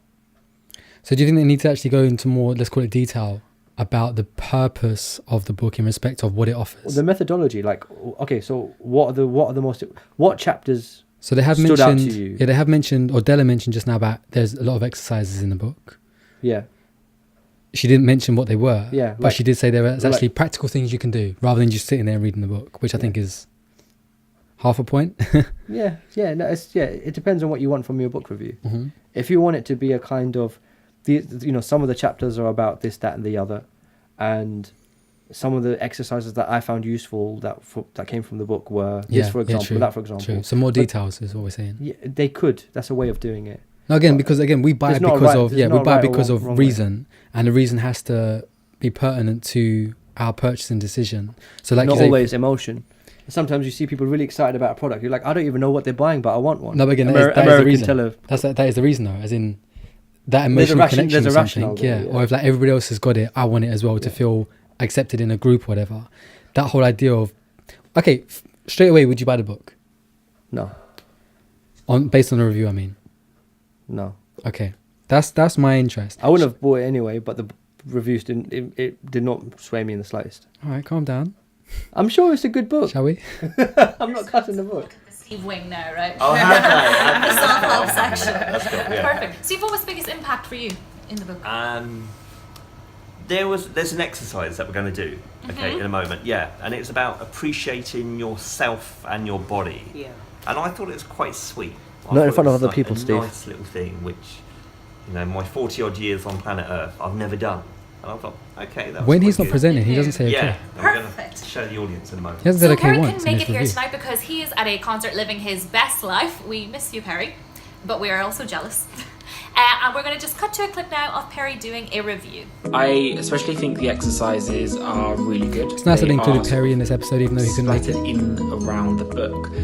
You do have to take out time, and sometimes it's not the best time to do an exercise, especially ones about how do you see yourself and how do others see you. If you're on a busy train or on a commute, it's not ideal to do it then. How to Be Well by Abby Wine is a good starter because it opens your mind and it really gets you thinking about things in your life, you know, strengths and weaknesses and the people around you and in your circle. It's nothing to do with the episode. That music, that exact music, was used for a montage for the Egypt holiday that I went on. My brother-in-law used that exact music when he pieced together footage and pictures and stuff. Please tell me that was copyright-free music. Well, if you're using it, it must have been. We didn't. They didn't use it. Yes, all right. I'm involved. Perry made that video by himself, and he sent that video in. He's got the same video Apple Maker. I'll tell you, Apple okay, Video as long as Maker. that music is copyright-free. It is copyright-free. I'm cool with that. I'm sure. So Perry was mentioning again. He was focusing on the demonstrations or the exercises, just like Della was. But again, not really talking anymore about the detail of it. Again, I'm aware that probably the review that he sent in was longer, and they chose a piece out of it. Fair enough. But again, it depends on what you want from the review. I think it's fine as it is. I think that having people talk about how it positively affected them or what their honest experience is. Steve saying, you know, he felt like there was some dark stuff that came out, whatever. He's being real. Yeah, and he was saying he was very deceptive as well, but how to be well. But then he felt like he went to a dark place because of it. Yeah, because it took him to a dark place because you have to go through the darkness to get through the other side. But Della's experience was slightly different. Yeah, because she's probably resolved some of those issues already. Okay. She doesn't have to go dig back as far. But the point is that as far as book reviews go, what they took away from it is as valuable as the techniques. Instead of having a shopping list of, this is what the book talks about, I think that's fine. Okay. Cool. So Steve said that he did some exercises in the book, and we are now going to put that to this test. Steve? Yeah, okay, yeah, we're going to do this on our lovely studio audience, who are the most important people on this show. Okay, so... Get ready. He just said okay. Walking It's too back. fast. That's a problem my whole life. Okay, so we're going to do an exercise from this book. Okay, have we got the book? How to Be Well by Abby Wynn. Okay, and yes, everyone wants to stand up just for this. Can you stand up, please? Thank you. Okay, and we're going to get you focusing and being appreciative and thankful to your body, because you've all parts of your body. Okay, because. Okay, you know what? There wasn't a last time there, was it? He just said it again. That was six. That was six times in a minute.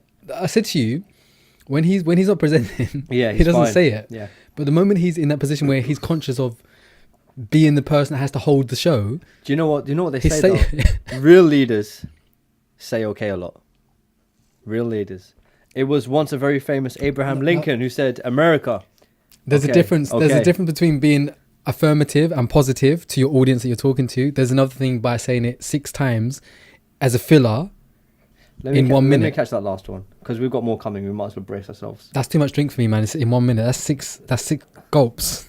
You'll be alright. To your body, because you've all parts of your body. Okay, 'cause it's been with you. It's been with you your whole life. Okay, and you've probably ignored it and paid it no attention. So I found this quite sweet, okay, and it stood out. Ah, see, that's what I'm saying. You got a drink? No, that's what I'm saying. He's just saying it too much now. I think he's nervous again.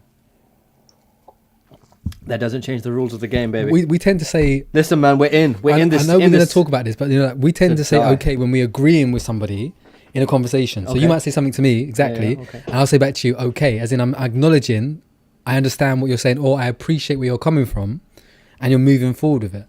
But that's okay. I'm pretty sure that was still within a minute, as in around 60 seconds, 8 times, because there was no response coming back to him. As in he's not having a conversation. But then again, he does it during the interviews as well. I think it's because he's aware of what he's saying. I don't know what he's.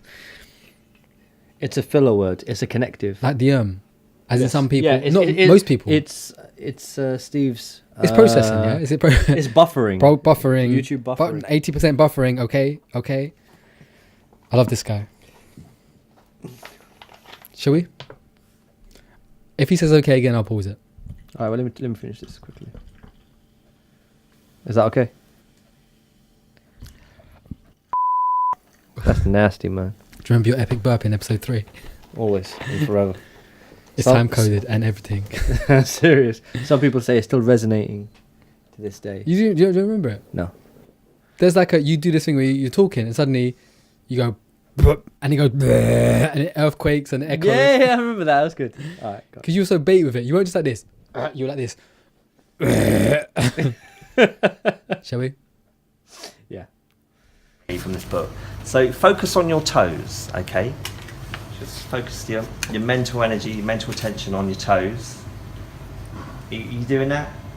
If you want to wiggle them, wiggle your toes. And just start saying thank you to your toes for being there. Okay, you can say it in your head, just project that down to your toes. Like, This when I started laughing. Small toe, At this point, I was pissing myself. Why? I'm part of the show. I just have to clear that up. When he said we're going to do this exercise in the show and we're going to be thanking our toes, I was like, it's not going to happen. We're not doing that. And then when we got close to the show and things were getting a bit chaotic, I was like, you know what, fine, do it. You got 2 minutes, all right? Then we're moving on. When we got to this point and I'm filming it and we start doing it and he starts saying, think about your toes. For some reason, I think I just got like to accept the moment. And I remember I'm holding this camera and my job is to make sure I'm getting the shots. I just started creasing up to the point where I'm thinking... blatant ones? Yeah, blatant. To the point where I'm thinking, I can't make any noise because I'm closer to the microphone than anyone else. So every breath or laugh I make is going to be heard, so I've got to hold it in. And I think that's what made me start crying, right? But what you're going to notice is, with the exception of Paul here, can you see this guy here? Yeah. Look at his face. Yeah. Right? With the exception of Paul, this guy here, Yeah. everybody else, when you look at their faces, they're creasing. laughing because I'm basically pissing myself, right? And I'm trying to hold it in. Yeah. And it's not until Steve says, I'm making everyone laugh, that then everybody lets it out. Except for me, because I'm trying to hold it back still. Because it's my job. But very professional. Thank you. I'll drink to that. I By try. the way, Steve's okays are going to get us pretty smashed real quick, so just brace And can I yourself. just mention, that was the most recent time that I've laughed so hard that I cried. Before then, it was about 2 years ago. And it's those moments, we were talking about emotions and thoughts, that's one of those memories that's always going to be held in me. When someone says, when was the last time you laughed so hard you cried? No, we've done that recently, bro. Laughed so hard that you cried? Yes, you've done that. When? On one of the holidays, we were absolutely pissed and just chatting absolute garbage. Yeah, and you're you right. just started laughing. No, What about the time of- Galava. That was the Galava thing. Yes. The Galava. Which was not... That was February, mate. January. Yeah, okay. So Someone's been drinking too much. See, Steve's okays. at least I remember the holiday. Yeah, January. Yeah, okay, so that was pretty recent. No, but I was wasted, so I don't remember that. With this footage, we can always show it No, back no, afterwards. I remember it now. You said it, but Yeah. what I'm saying is when I can remember it, constantly remember it. The soup on the hand as well. That was you. I didn't cry that hard. You did. Did I? You guys were That was smashed. funny. That was funny. There you go. Another time, guys. Okay, I was going to lead up to them recognizing you're giggling. No, but every time you do this, I have to re-edit it. Deal with it. Okay, you can say it in your head, just project that down to your toes. Like, focus on that small toe, your tiny little toe, and say, and wiggle it if you want to. That's been with you since the day you were born. See, when he said that, that's been with you since the day you were born. Bruv, I was just like, so like, oh my God, are you actually telling him this? And I'm pretty sure he gets his eyebrows done as well. Look. They are on fleek. They're on fleek, bruv. Look how sharp that eyebrow is at the end. Yeah. And he reminds me of the guy from Gogglebox. Google it. I will show you later. All right. Okay. And That's just not say the thank reaction. you. said okay. My little toe. Thank you for being there. Being one of my best friends. You've been with me through thick and thin. Rain, hail and sunshine. Look, they're all struggling now. You've never departed. Especially these two. Okay, and then maybe move it up to your next toe, or the toe next to it, not the big toe yet, and just wiggle that. I know. I was creasing. And say, hey, you there, toe, my friend. Thank you for being with me as well. You've been with me my whole life. Never let me down. I was dying. Stood by me. I can see the camera shaking. I was dying. Okay. And now, focus on that big toe. Really give that big toe a wobble. And say, thank you, big toe. You're my best friend, big toe. Thank you. She's struggling. Got everyone laughing here. Stella, let's ask Stella. What do you think? What do you think of that? Do you know exercise? what? It was such an amazing exercise because it made me laugh from the pit of my stomach and it made my cheeks hurt and it was just amazing. So, if anything, like showing gratitude to something that I probably take for granted, like my big toe. Exactly. Let's ask Ala. Ala, you're all the way from the States, aren't you? Ala's flown in just for the show tonight. I appreciate Ala. And she brought her toes with her. How regularly do you thank your toes? Well, I'm thanking them right now for bringing me here. Yeah, have you thanked them recently or before or in the last year or? I do appreciate a lot of things, but I never thought of that part. There you go. This book has brought us to this place here tonight. Thank you, Ala. Thank you. Now I'm aware that we didn't do the exercise, but what did you think of the exercise? What with that big toe? Was it wiggle the big toe, appreciate the big toe, appreciate the fact that you have a big toe? Yeah, he said give it a wobble. Seriously, I couldn't take it seriously. That's why I was laughing so hard, and I'm glad that the rest of them started laughing as well, right? But I can't take this exercise seriously because I just feel like... Why, Andy? Why? What's your beef with the exercise? It's not beef. I'm just a high level of consciousness. I'm Do an you old have soul. all of your toes? Can't help myself, right? What's with that lack of toe appreciation? I'm just beyond this creation of There's physicalness. toe amputees out there who don't have toes to be grateful. I know, and they just wish they could wear shoes properly, right? But I just feel like, you know what? Yeah, there's there's probably many exercises that he could have chosen in that book, and for him to choose that one, don't get me wrong, it was funny because it's about the big toe, baby. It was funny because we all laughed, right? But I just wish I could have been seen because you got bright red, you got bright, you start glowing. No, I was crying and I was doing this.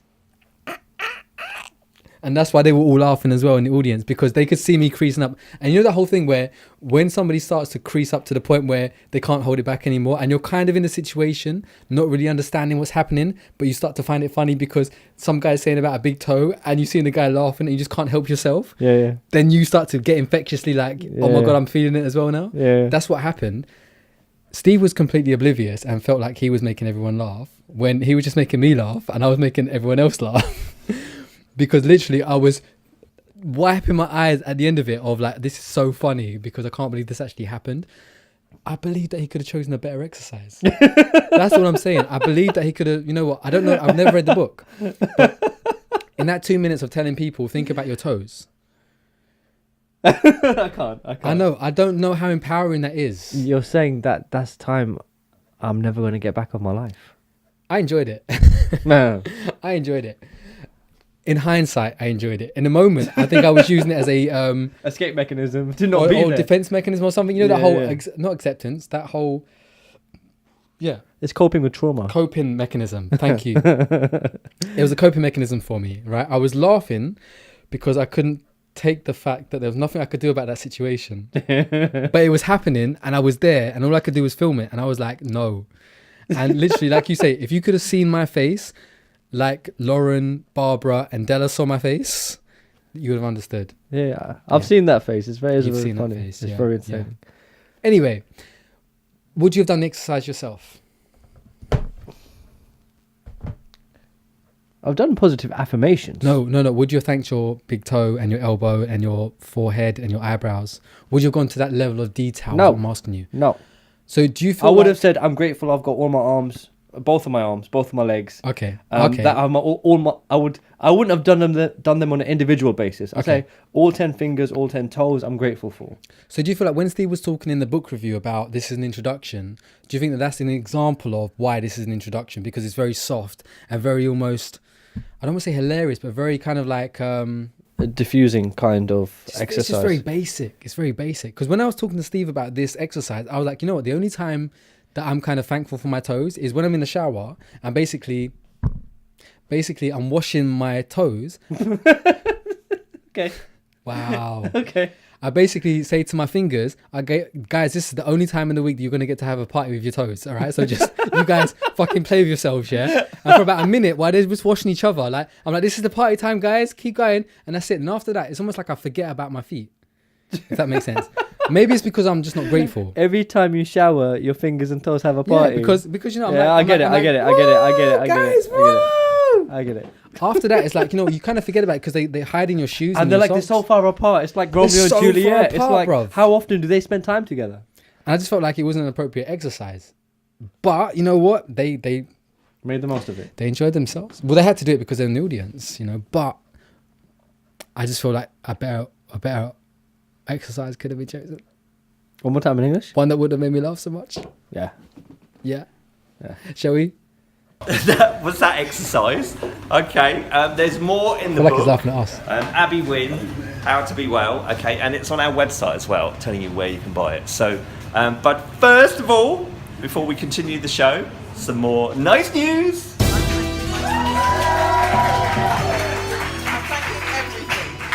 As a way of saying thank you today, thanks for reminding me, Steve, is World Kindness Day. And we're being encouraged to do acts of what we call digital kindness, because, you know, we live our lives online now and people like being mean online. It's I don't live my life online. People like being mean online, you know. No. I think they feel safer when they're mean online because they don't have the ramification of anonymity, getting punched in the face. Yeah.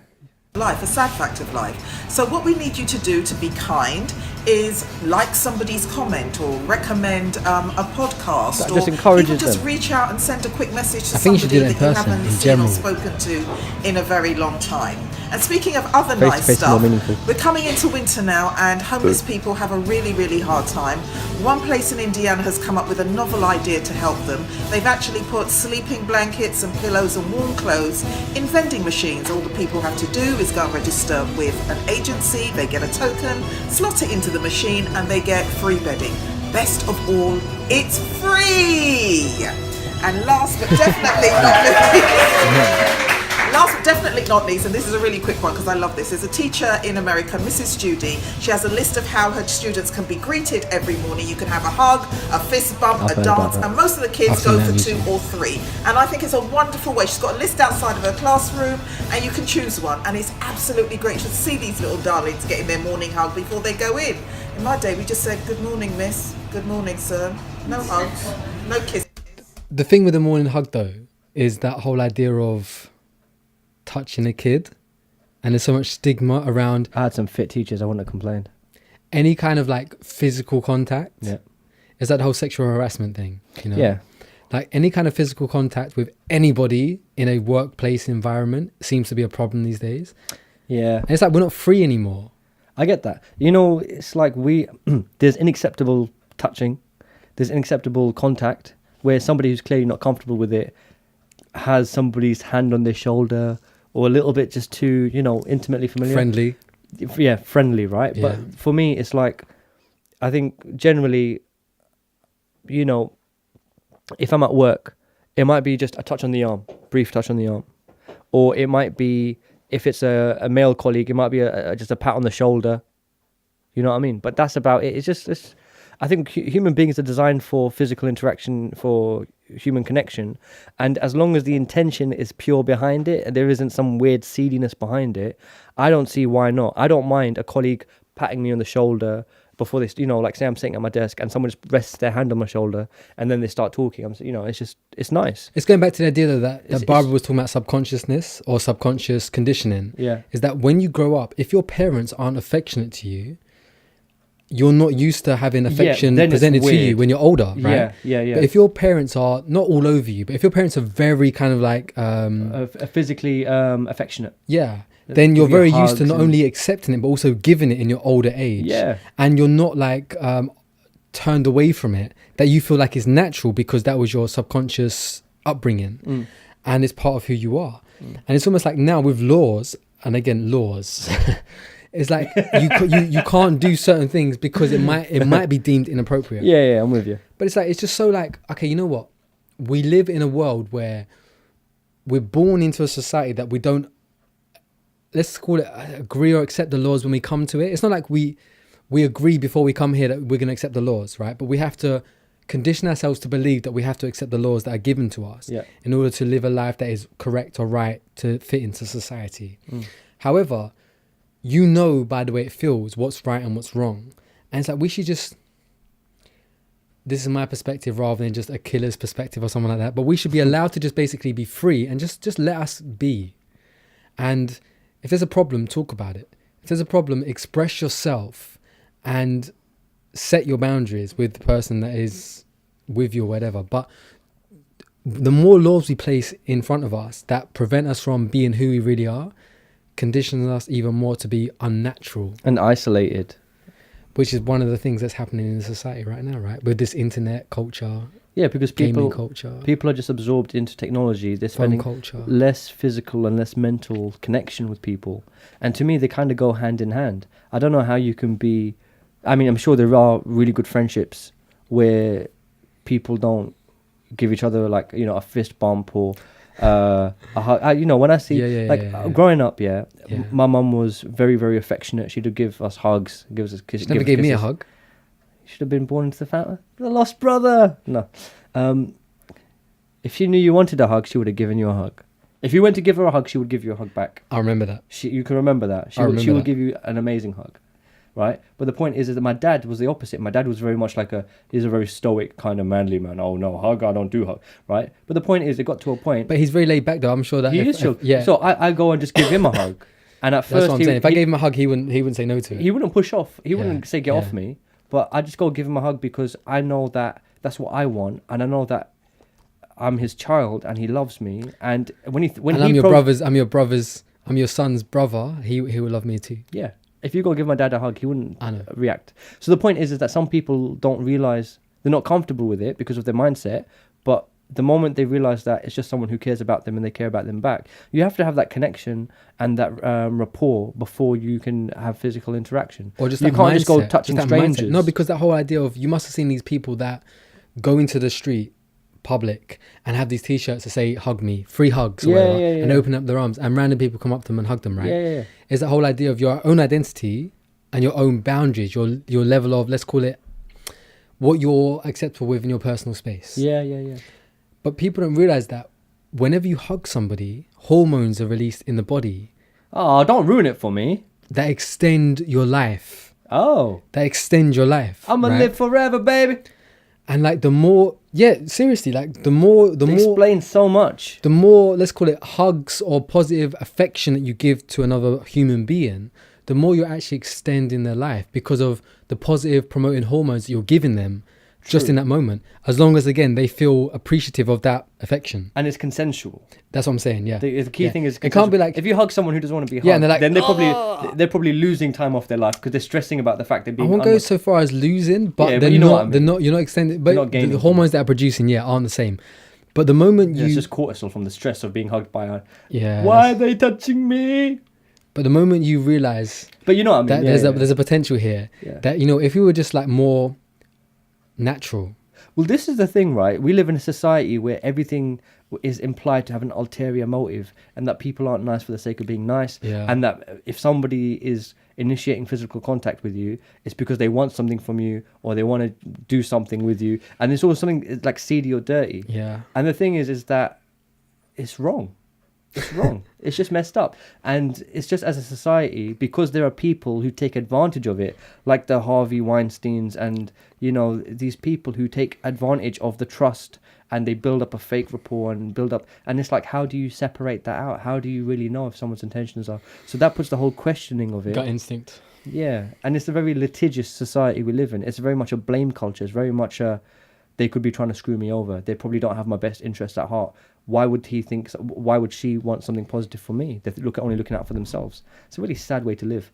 So, hugs are good. Fist bumps are good. Fist High bumps. fives are good. Yeah. Any positive interaction with another human being promotes good hormones Yeah. and extends your life. Yeah. But then, for example, if I went to pat someone on the shoulder, Potentially extends your life. Yeah. If someone said to me, Dara, I don't like it when you pat me on the shoulder, or I don't like, can't imagine a handshake. But you know, if someone feels uncomfortable with physical interaction, if they make that clear, that's You've enough got them sign of- dirty underground hands. Yeah. But the point is that if someone makes their boundaries clear, respecting boundaries is important. That's another important thing, that people have to actually make their boundaries aware to you as well. Like when you cross the line, but that's they the should thing, tell you. the law now makes people's boundaries established. Laws are a problem. In that respect, it basically enforces boundaries upon everyone. Yeah, It's by just saying you can't pass this If no limit. one can, if one person can't stay within the speed limit, we all have to drive by It's the slowest member of the. So it's the one person who acts like a moron that ruins it for everyone else. Yeah. But then, for example, there might be someone in the workplace or one of your friends who just really needs a hug because they're having a really shit day or whatever it is, right? Physical contact is therapeutic, right? So there might be someone who really wants that, but they're in their head thinking the same thing of, but if I go and give Andy a hug, he might react badly. He might say, get the hell off me, whatever it is. Because they're afraid to take that first step. I think but when you people take don't that first step, they realise- reciprocate. They think, wait a minute, this person's, And also, this feels good. Like there are people that go through day after day after day, weeks, months without even getting one hug. That's so sad. It's not sad. It's just the fact that they don't take the initiative to actually induce it themselves. Or they're terrified of bad intentions associated with that. That's one way of looking at it. Yeah, which But is I feel understandable. like- I can't negate that. I can't say that's not a valid reason. But what we put out, we attract. We said about us creating our realities by our thoughts earlier on. And it's like, you know what? If I always say, just be who you are. Be who you are without justification of who you are. In the respect of, people need to accept you for who you are. And if they don't accept you for who you are, you basically, you build space between the two of you, right? If someone hasn't been hugged, I would say in more than probably, I don't know, a week, then, just go hug somebody. Go hug somebody, yeah?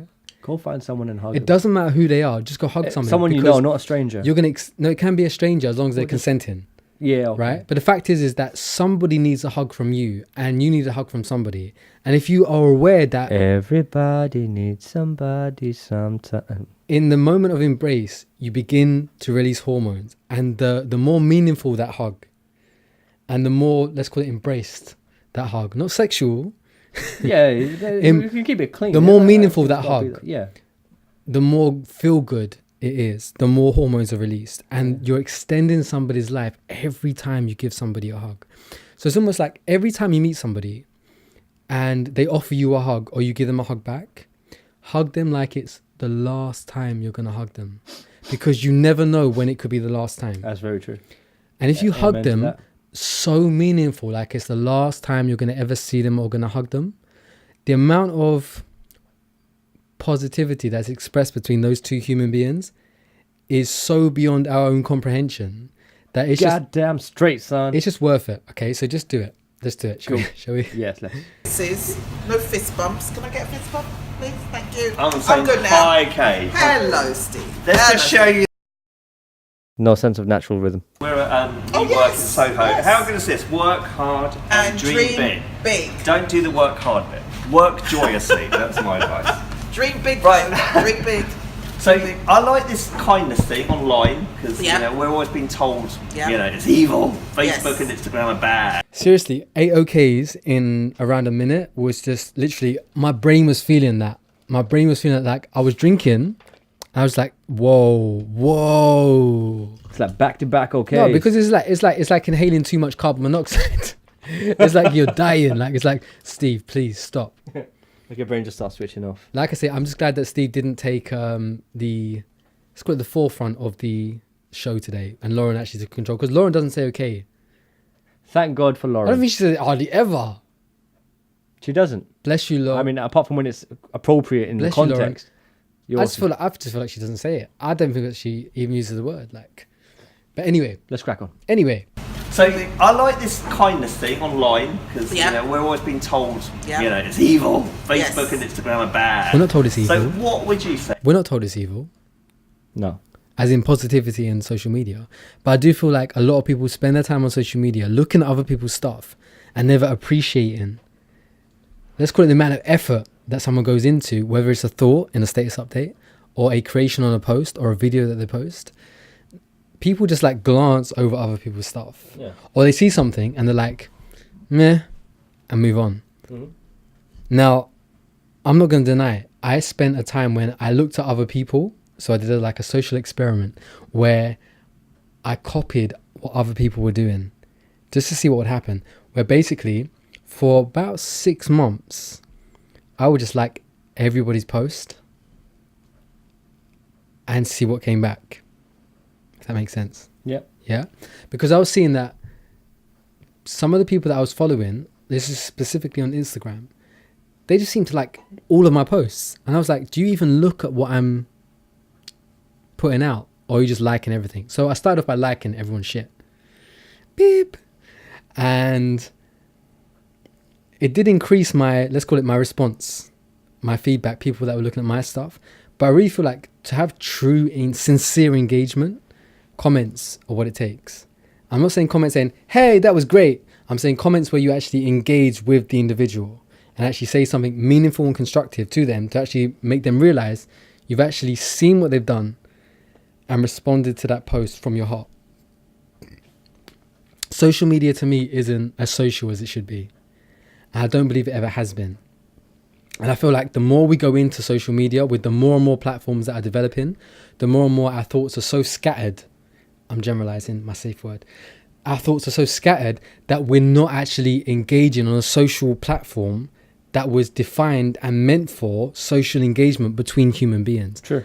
I believe that we skim through stuff and even we just look through stuff and say, oh yeah, that's nice. Even to the extent that we really look at and analyze something, but we still don't engage with it. When there's an opportunity there to actually present something backwards. And there's a flip side of that as well where I don't want to be like mean, but I feel like there are certain people out there that see that if somebody's getting so much attention and they're not getting attention, the same attention back. Let's say somebody's put a post up, they've got loads of followers anyway, and they've got 25,000 likes and 200 comments. They'll look at it and be like, you know what, you already got enough, I'm not going to give you any more. So they stop. As in they don't present themselves as well to that situation. I believe that's possible in respect that they feel like if they add to it, it's not going to mean anything. And also if I comment, I'm not going to get a response, so why should I even bother? But I believe that comes from the place of what's in it for me.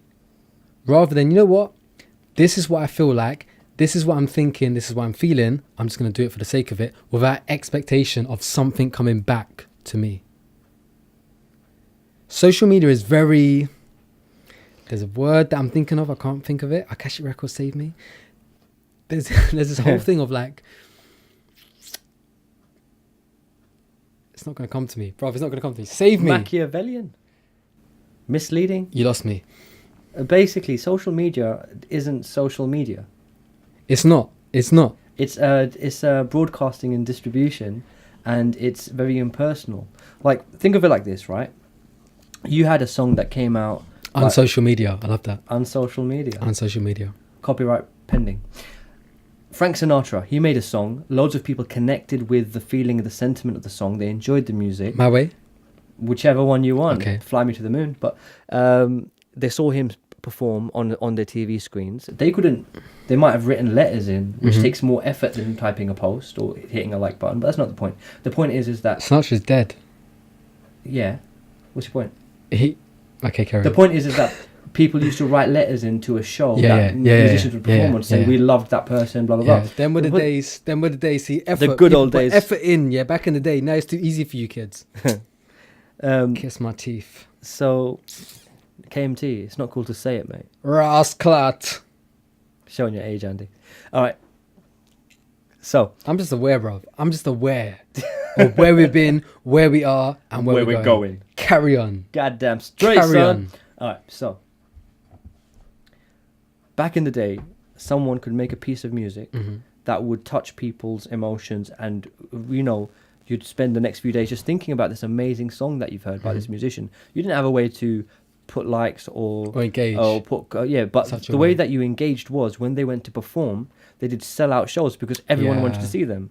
So now, for example, we didn't have internet back then as well. That's when you're talking about, right? Before pre-internet days. Days. Yeah, because now people, like, look, let's take artists like Eminem or Nicki Minaj, modern day, right? Yeah, Chris Brown, Rihanna, their current stuff. Beyonce. You listen to it, you like it, you say banging song, oh that shit was fire, blah blah blah. But the point is that they don't draw you in. The ticket prices will be through the roof, but if they were cheaper, sometimes they still don't draw you in enough to go and say, actually, you know what? I like that. I connected with that artist enough to go out there and go and witness that shit live on a stage. Like the reason I mention this is because you take an artist like Jameson, JMSN, amazing artist. When I was invited by Dara, I didn't go. He missed out, man. It was fat. It was amazing, dope, fire. The shit. It was lit, fam. Anyway, right? So Jameson doesn't have a massive online presence, and he doesn't have millions and millions of fans who are all following him and blah blah blah. He has a few tens of thousands, maybe a few 100,000, and he gets loads of comments, but not like ridiculous amounts. But the point is that when he does his shows, they always sell out because he has that dedicated, loyal following. How big are the shows though? The audience size isn't like a Michael Jackson show, is it?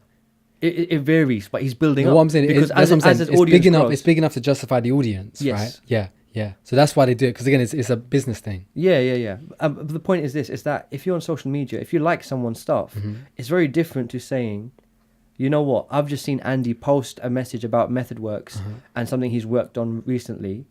I'm more than just going to like it. I'm going to give him a ring and chat to him about it and just say, dude, that was amazing. Tell me more about it. Yeah. Let's have engagement. Yeah. And that's much more meaningful. Or if someone's just got married, you know, one of your best friends have just got married, they're posting their wedding photos, you can like that to show like my thumbs up, my moral support, I'm happy for you. But the point is that if you pick you up could have been there, man. You could have been in the photos. Yeah, or you can at least ring them up to say, hey, congratulations, man. We should have a catch up. Tell us about your wedding. How was your honeymoon? Blah blah blah.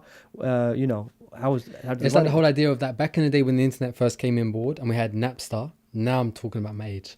Napster, which you can download music from. Now and before. Now it's different though. Before you could download it. No, showing your age. Showing your age. So anyway, back in the day when you could torrent stuff and download stuff, whatever. Yeah. If I really appreciated an artist's music, Usher, I actually went out and bought the CD. Yeah. That was my mark of saying, you know what, I love your music, so much that I'm gonna pay for it. Yeah. It was that level that I look at when I look at my stuff now. Okay, let's not even say now because now it's a whole different generation. Let's say 5, 10, maybe 15 years ago. When I looked at my stuff, I was like, you know, if I really liked your stuff, I went out and bought it. What's the last album you bought? Oh shit! Really? As in on CD or what? Just any music you purchased. No, I can't. I don't have a CD player. It's not about CD. No, what I'm saying you can buy digital albums. No, that's what I'm saying. Everything digital now is available online. Yes, but this everything is the thing. Available online is now accessible without paying for it. And yes. And because of that, I'm not like, why am I paying for it? I'm like, if I can get it for free and people are making it available for me for free, why am I going to pay for it? Sure. And a lot of people feel that way, right? Yeah. Which is not... I'm so guilty right now. But this is the thing. It's been a long time since I bought something. If you really, really love an artist, like, you know, I can't even say if you really, because I can't prescribe it. But, for example... If I could afford it, I pay for it. Fair enough. I'm not knocking that. That's fair. Take Jameson, for example, right? Yes. So he's on Spotify. I pay a service for Spotify. He makes fractions of a penny, fractions of advertising revenue, right? No, so a paid subscription, but otherwise advertising revenue. Yeah, for him, it's advertising revenue. Yeah. Okay, so he makes fractions of pennies on each player that a track, right? But the thing is that I like his music enough that it depends on your disposable income. A lot of younger kids, a lot of students don't have that level of disposable income where they're willing to set aside that money. But I basically went and bought his first 2 or 3 albums on digital releases. So you get an Apple version and you get a Windows version. I'm not advertising him. I'm just using him as an example from my experience. So you get a Apple version, Windows version, MP3s, AACs. So you've got the high quality audio files there. But I still listen to him on Spotify. I don't use those files. But the point is that I don't want him to stop making music because he's broke. So I'd rather say, look, contributing. I'm doing my bit. And the same thing for big band of one of my top favourites for the last 10, 15 years, 9 Inch Nails, when they release an album, What? still a big fan, still to this day.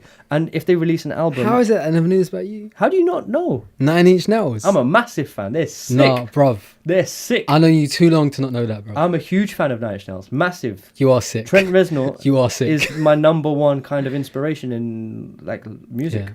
He's just a genius. Anyways, the point is that even though I can find his stuff on Spotify, I would, when I had the money as a student, I would scrape together just to say, okay, you know what, I'll buy one of the albums or buy a few of the albums. One of the tracks He's or got, whatever, yeah. Yeah, because he's got like 18 albums. I'm not going to buy every, Yeah. that's a lot of albums. But I bought a few of them just to be like, okay, I don't want him to, I need to contribute. I don't want to take advantage. And the next thing you know, he's broke because he's, obviously it's not the case. Yeah, He his made fans music. aren't contributing. Yeah, to him, yeah. So you want to sustain them, you know? So, because you're a music person, I'm a film person. Yeah. So I can resonate to you what you're saying because I will go to the cinema to see certain films. Yeah. I won't stream them. Yeah, Or yeah, I yeah, won't yeah. wait for them to come out on streaming or Sky or whatever. Yeah, yeah. I will go to the cinema and pay for them and watch them. So I think it's almost like how much your priorities are, your interests are. Yeah, yeah, That yeah. engage with that kind of level of how much you're willing to put your disposable income forward. Sure. So for me, it's films. For you, it's music. Yeah, yeah, So yeah. I think on that level, Yeah, we're yeah, the it's- same. Yeah, exactly. Yeah, that's a perfect 'Cause analogy. every yeah. Marvel movie, except for Ant-Man, I think it was, like Ant-Man 2, sorry, I've actually paid for to see at the cinema because I feel like, you know what, I want to see this on the big screen. Yeah, yeah. So I do pay for it. And whether that's £7 or £13, depending on what cinema I go to, Yeah, yeah. I've contributed towards the making of that film. Yeah. Music is like, even though music's a massive part of my life, it's slightly different for me. Yeah, yeah. But I yeah, can yeah. resonate with what you're saying because music is at your heart, film is at more at my heart. Yeah. Even though it's the same. But creative the analogy carries. analogy. Yeah, it carries through exactly. completely. Yeah. Okay, Yeah. just let's crack on. Sometimes when I've posted something that's a bit personal, like with my grandmother, those who know me know that I was very close to my grandmother, and people have been so incredibly kind, or when I post pictures of sunsets from my mum's veranda and people are like, oh, thank you for sharing that with us when you're in Barbados and we're in London and it's cold. They don't seem to appreciate that I'm showing the love. I'm showing the love. It's all about the love, isn't it? It is. I love it the is. funny cat videos that people send me. Say make me laugh. Thank you, Kay. Thank you. Right. Okay. So we are. Yeah, I'm just topping up. So when it comes to social media, Yeah. social engagement, Mhm. putting aside the general posts and stuff, I feel like whenever you put a call out for help, Mhm. whenever you put a call out for an opinion, or whether you pose a question, I think that's the prime moment of opportunity when you can engage with somebody. If you see something and you don't respond to it, not you're failing, but it's like you've missed an opportunity to actually engage with another human being. Hmm. If you're connected with somebody on that platform and you've seen it, or if somebody's asking you to share something, like something, whatever, they're seeking support. They're seeking support for something that they believe in and that they are clearly seeking help with. Otherwise, they wouldn't be asking for that. Or validation.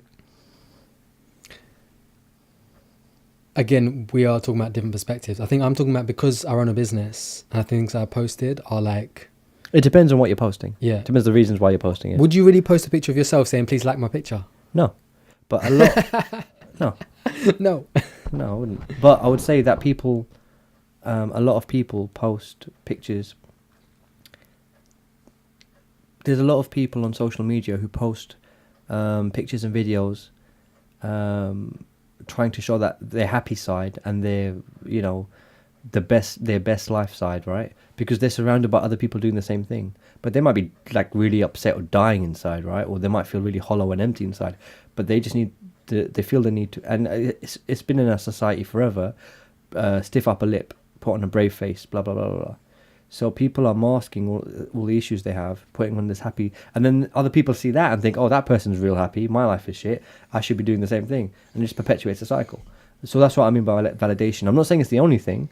If someone, you know, sometimes people just do a list of happy birthdays or congrats on the wedding or I'm really happy you got that job promotion, and that's really sweet and that's support and that's fine.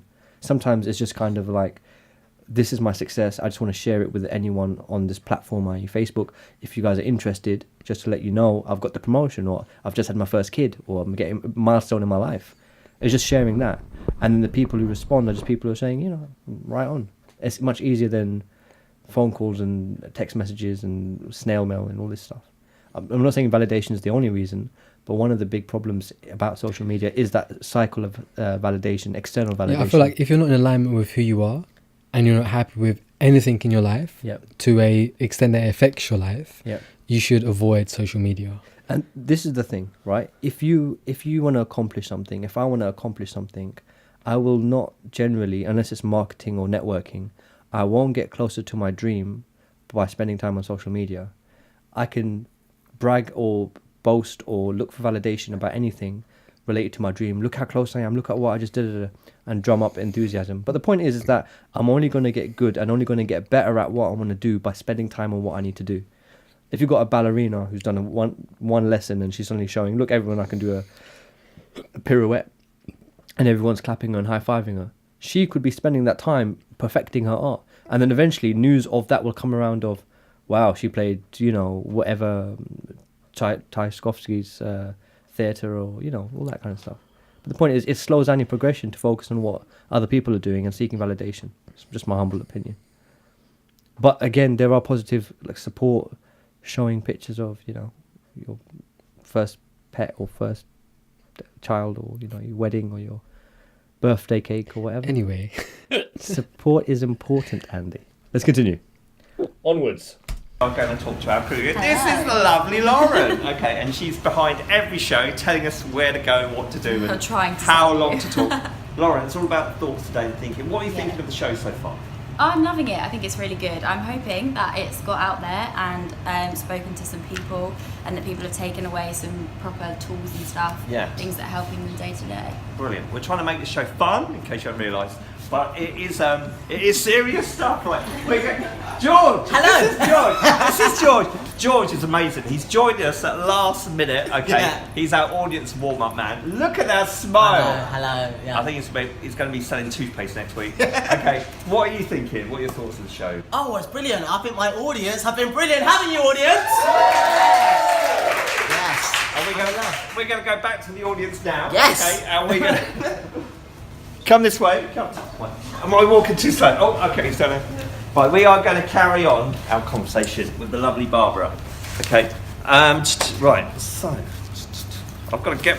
Oh my God! I've got to. It's because your toes are still talking. It is. to you, I think. That got everyone giggling, didn't it? So you mentioned, Barbara, subconscious thoughts. Yes. Tell us more about what that means. What are subconscious thoughts? Okay, so our subconscious thoughts, because our subconscious is really all about keeping us surviving and thriving, but the thriving is thriving according to those beliefs, the thoughts that we created during those childhood years, some of which will be very good, but some of which, like we spoke about, will be negative due to those experiences that we had as kids. And some of them don't have to be these big traumatic things. You know, one day the kids at school might have knocked you down and took your lunch money, but as a child you then decide that I can't hold on to money, or I'll always be a victim, I can't protect myself. And so then those thoughts are in your subconscious and will come out as an adult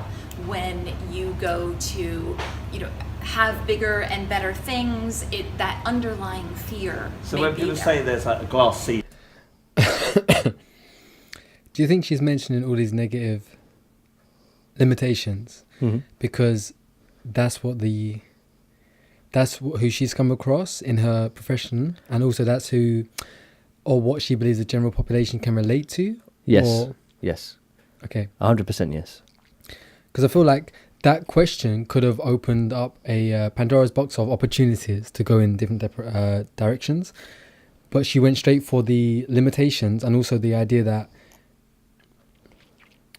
let's call it, most people are brought up in a way where they're taught limitation, whereas actually, depending on your environment and your perspective, and also your own self-worth and self-ideas or whatever, you can actually believe that, no, there's more to this than I understand, and I can find out more answers, or I can find a way to get to where I want to be or whatever. I just feel like here we're very slanted towards limitation. I'm not going to say negative, I'll say limitation It's very like a conversation around limitation. Sure. And your thoughts dictate your reality. We've agreed on that. They've spoke about your thoughts creating reality. And it's very important for you to understand that limitations are self-created, in the respect that the more you believe the limit is there, the more you set yourself to that limit. And the more you remove the limitations and start to realize, if I push this forward, how far can I go? How far can I see the limit actually is worth pushing? Or how far can I push the limit? Then there's a different idea of what's actually realistic. He's gonna cough. He's gonna cough. I get where you're coming from. I agree with the majority of it. He's gonna say but now. He's gonna say but. Limitations. He's gonna say however. He's trying so hard. F you, Andy. You're really putting me off. I'm trying so hard to. I had a real valuable. You asked me. He's gonna oppose you asked the me opinion. like a really. Oh, f you, man. Let's do it. Let's continue. You're just gonna miss out on my viewpoint now. I will harvest this opinion if I have to. I would like to see you try. Bring it, motherfucker. Bring it. I'll put my hand under the table. Don't you? No, I won't do that. What are you gonna say? Limitations are internally generated, but they're not necessarily self-applied. It depends. They conditioned can be by your subconscious, by people around you, Look, your environment. Look. Sometimes people can reinforce a limitation into you. So if someone says to you every day from childhood or growing up that you are this or you are that, or you can't do this or you can't do that, you internally generate that belief. Because a belief is a thought you keep thinking. Yeah. And if you keep being told that, that's what you start believe. thinking. Yeah. If you start believing that. Sure. And then there's experiences. Safe word. There's experiences that you have, and then your takeaway is a internally generated limitation. Like, I tried to do that. Maybe you don't have any witnesses. Maybe someone told you. Maybe no one told you you can't do that, right? But maybe you've tried it and you failed, and then that experience on your own created the limitation. But you tried without maximum effort. Or preparation is half the battle. Or sometimes there's a whole maximum effort. There's a whole ranch. Again, you didn't give it your everything, but you tried. Because again, trying is not doing. Trying is giving it something, but not giving it everything. What I'm saying is that you didn't reach your goal. So go on. You set a limit by a experience that you had that you didn't take it to the whole result. The point that I'm making is limitations are internally generated. They can only go into your brain because you are processing something as a limitation. Limitations have two sources. They either come from other people reinforcing it into you, i.e., you're dumb, you're stupid, why would you try that? You're going to fail anyway, blah, blah, blah, blah, blah. Or it's you having an experience, having a negative or a learning experience, and then saying to yourself, well, I tried it once and I suck at it, I'm never going to do it again. And you've set your own limitation. So that's all I'm saying about limitations. I get where you're coming from. I agree with you. I think that's a distinction that needs to be made. It's not like everything is self-applied, because it's an extreme, but you have children who are brought into this world who are told bad messages every day about who they are and what they're capable of doing, when they're fully capable of achieving so much, but just because it's been drilled into them. But the point is that in order for you to have a limitation, you have to process some piece of information that informs you, there's a limitation I have. And that can be either internally realized, or that can be generated externally from other people. People give you that limitation. But it's for you to take on board. Some people spend their whole lives being told they have a limitation externally, but they don't process it as a limitation. They say, hell no, I'm going to do it anyway. No one can stop me. This is what I want to do. So that's a discrepancy to be made. Anyways, in terms of the negative sides of what she's saying, right?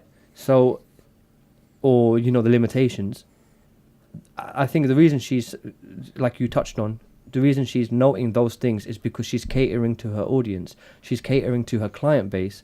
All of the people in her client base who have these problems will have these kinds of issues that she's touching on, and probably a lot of the audience can relate to it. Oh, I felt that in the past, or yeah, my subconscious undermines me in that way. If she starts talking about the positive things, she's almost jumped ahead to the solution when people don't realize there's a problem there and how to address it. And again, we're assuming this with our clients, but again, if our clients didn't have problems, they wouldn't come to her with these problems. So we're kind of Someone help me, I have all this positive subconscious thought. What do I do about it? What do I do about my positive thoughts? What do I do? It's coming out of my ears. Yeah. So again, we're kind of assuming in a informed position that the reason why people come to Barbara for these solutions is because they have negative ideas or thoughts or limitations in their own belief systems, in order to change them to create better results in their own business or whatever she does for a living. I think she does a lot of business, corporate stuff. What's the first step of resolving a problem or an issue? Accepting that there's an issue there. That you have a problem or issue. Exactly. Yeah. So that's what she's doing. She's raising that to the surface. She's flagging that up. And that's fair enough. And then once they've accepted it, they can then actually start to deal with it and understand the problem before they actually create an action plan towards changing it. Yes. The biggest block. This is amazing. I know, right? I just feel so good You've right had now. such a breakthrough today. I love you, Chris. I didn't have a breakthrough, brother. That was all camp. Bomba clat. Shall we? Let's. There's like a glass ceiling, mental glass ceiling. That's what they're talking. So it's within ourselves. We've created it within ourselves. Absolutely. And until you kind of, do this work, watch this show. This could be the first time that you're discovering this. How powerful the mind is. I've read its reference experiences that are what we create our beliefs on, and our beliefs are just thoughts that we keep thinking. Yes. So, and where they're subconscious, it's not like they're invisible, but it's almost like we're thinking them in the same way like we breathe, where it's just our automatic thought processes. Absolutely. And then it's like the subconscious has blinders on you. So there'll be evidence all around you that these negative things are not true, but you don't see them. You only focus on and interpret your experience to reinforce them.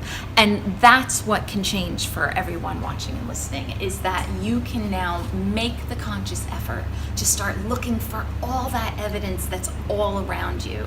And you're going to show us in a moment how to do that. I'm going to show you a fantastic technique for this. So we're not just sort of focusing on the negative here, we are going to show you how to improve your own life here. Yeah, because it's scary, isn't it? So it's almost like we've got the potential to go to 5th gear, but we're stuck in 1st gear? Yes. Or we're all operating on Windows 95 in 2018 because of our childhood because beliefs. that We've bug never got upgraded stuck in there absolutely as a child. And this guy here, he seems very confident. He looks a bit drunk. If you've been observing him through the entire episode, I haven't. The way he, his body language, like your body language just now, which I'm sure you're totally unaware of, when you were like this. I'm alpha male. I've been sat down for like. His chin was quite high in the previous part, and now his head's turned to the side. If you understand body language, here, he's quite confident, but he's observing. He's actually paying attention now. Turning your head to the side is a sign of engagement. And whatever she's saying here now, he's actually responding to. But previous to this, he was very much chin very high compared to the rest of the audience. He was very much like, oh yeah, whatever. But now he's like, oh, okay. I find him interesting. I don't know him, but I find him interesting. Everybody else is, if you can see them, they're just very much like the same. Like me and you sitting here right now. He is very much changing as the conversation goes along. Body language is definitely a subject that we should cover in another subject, another episode. Yes, I agree.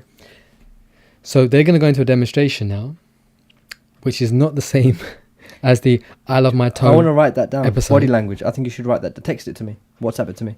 I will. Just type in body language so we know. I will. All right, cool. Because it's a good topic. And you've got to be aware that it's there before you can then. It's scary, isn't it? Because do some people get angry? Wait, I paused it. I've got a book we can review on body language. So do I. What's it called? Who's it by? Oh, I don't know. Can't remember now. My one's quite long though. All right, let's come back to it. We'll talk about the book after the episode. With this work, you can start blaming the damn parents on you. They were no good. I hear that all the time with clients. It's like, I can't believe that after all this time, this is still affecting me. Yeah. Absolutely. Wow. But then once you're aware of it, then it's about becoming empowered, learning the techniques that work at that subconscious level to rewrite that rule book, because that's what needs to happen, and it is possible. So just to make the audience conscious of the process that's going on. So what are the things that are shaping our thoughts? So is it the media?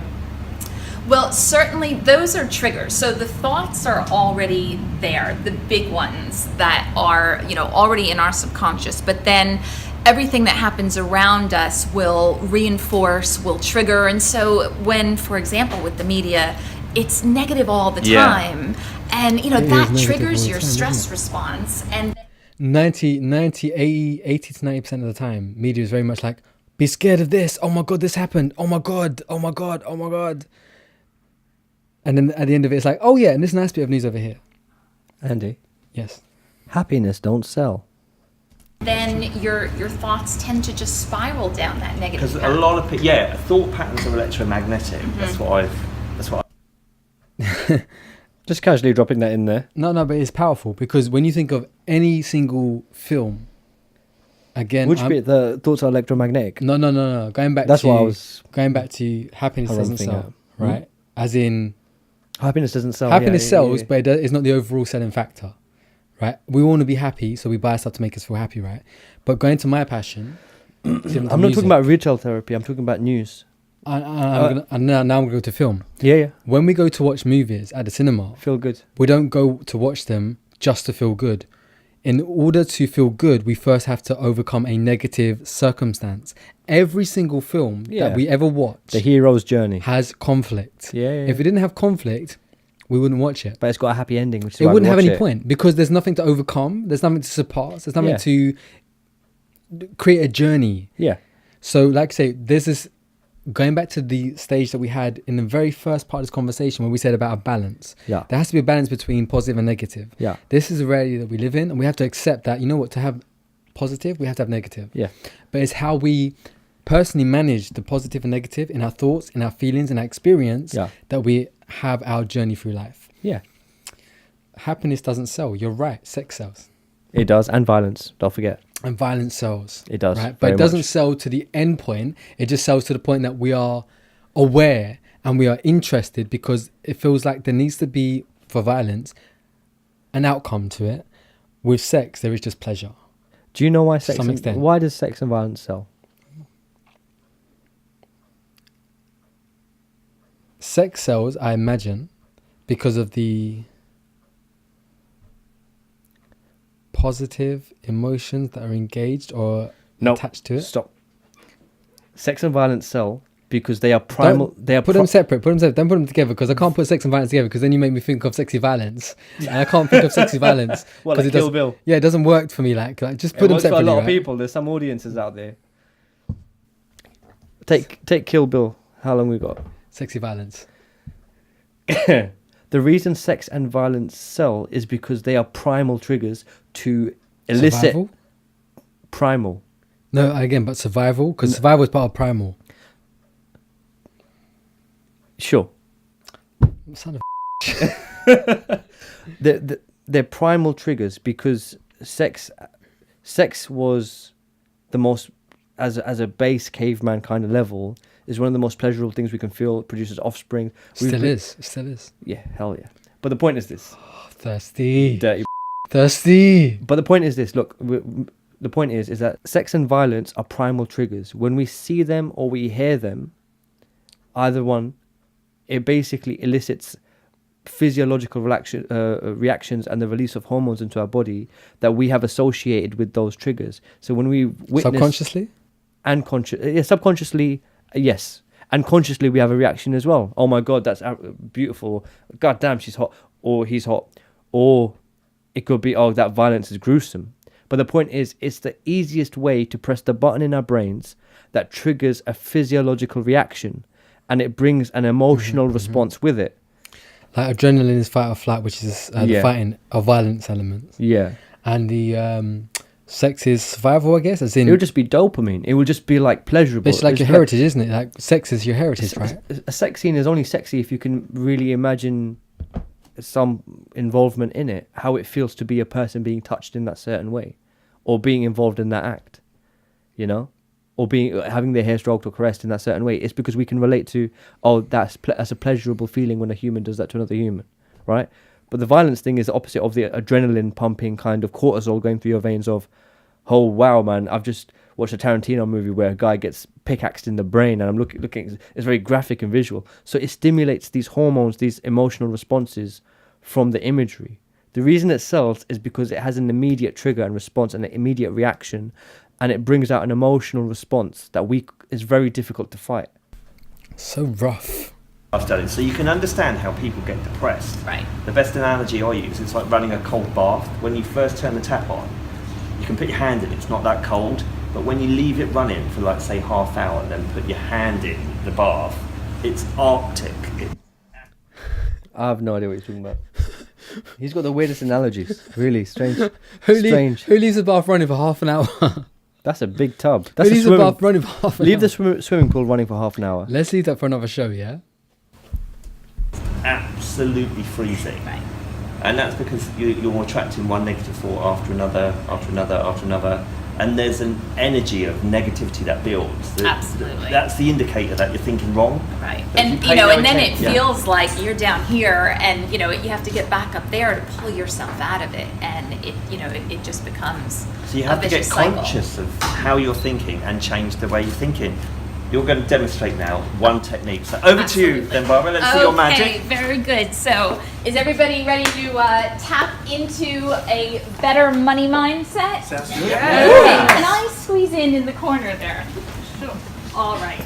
Now, unfortunately, in order to really see how this works, I do need to ask all of you to just tune into a little bit of negativity.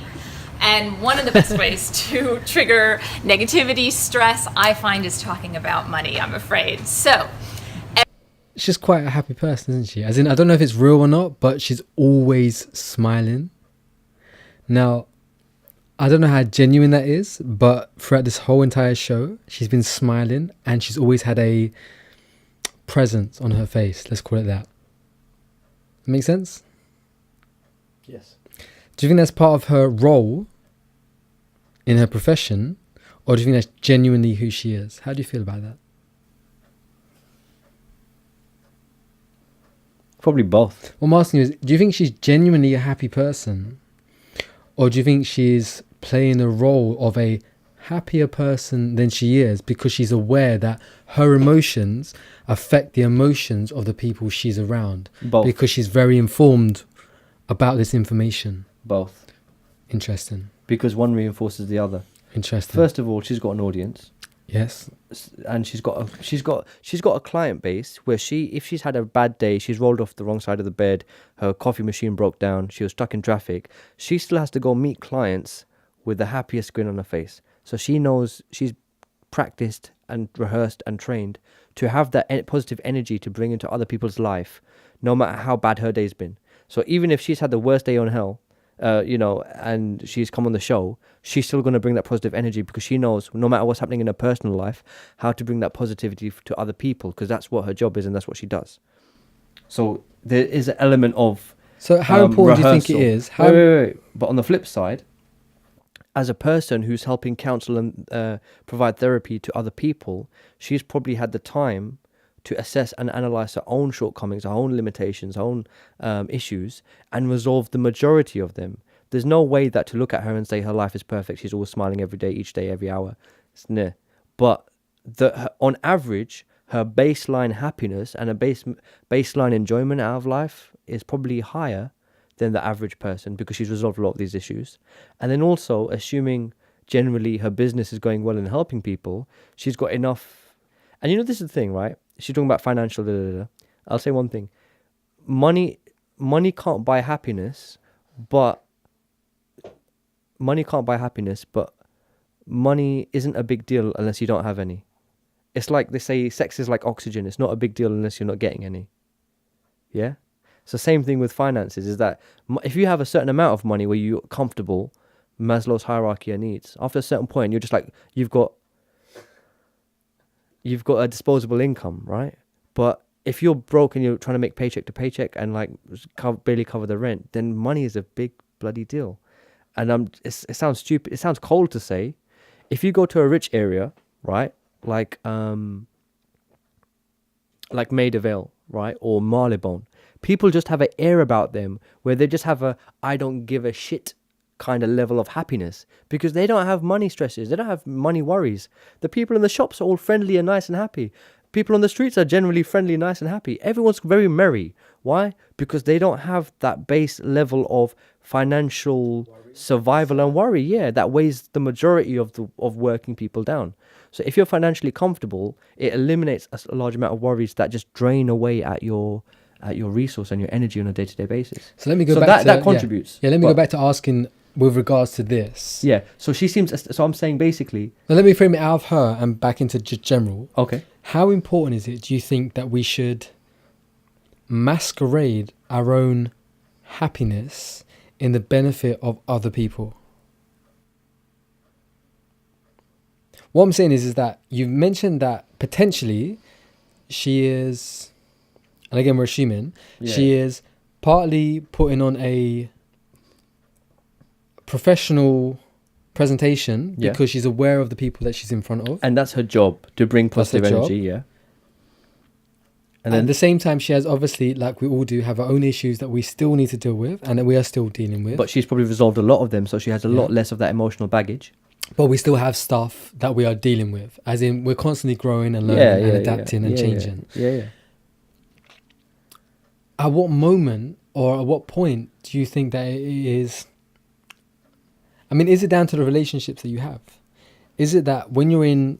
Because obviously Barbara's here with, let's call it strangers. Even like the people that she's most closest with here, they're probably still like not as connected to her as her friends or her closest circles.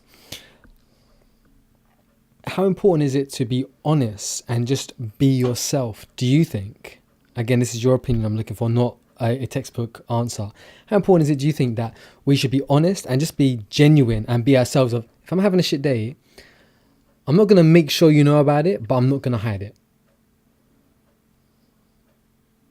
If I'm not feeling the best I can be, personally myself, when I'm not feeling great, this is how I'm going to be, hopefully bounce off the answer from you. If I'm not feeling great, which I'm sure you're aware of by now as well, I just kind of say, you know what, dude, I've got some shit to work on. I'm going to disappear for a couple of days and I'll be fine when I come back.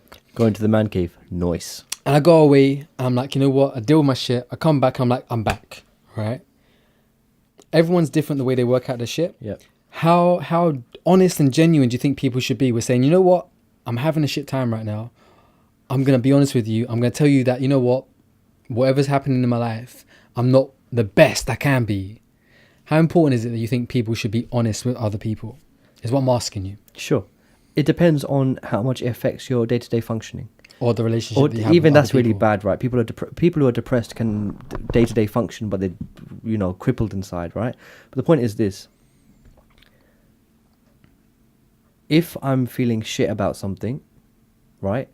If it's something I just need time to work through, I'll keep it to myself. I'll keep it on the DLO. Same. I'll process it. Same. Because I know that there's nothing that can change around me. It's just something I need to work Something through. that you need to do yourself. Yeah. Right? 9 times out of 10 is something you have to work out. Yes. Yeah. Yeah. And taking that out on the people around me. It's not going to help. Or making other people feel uncomfortable because I'm miserable. Yeah, or I'm upset. It doesn't make anyone better. If it comes to a point where I feel like I need support, or if I feel like I need some type of, emotional, I need some emotional support from my friends or my family or my loved ones, whoever it is. Then you go to them, right? Then I'll say, hey, you know what, I've been, we'll have a catch up, and then, arrange a catch up, and be like, I've been feeling shit recently because X, Y, Z, and just bounce it off of someone. Because it's not about pride, is it?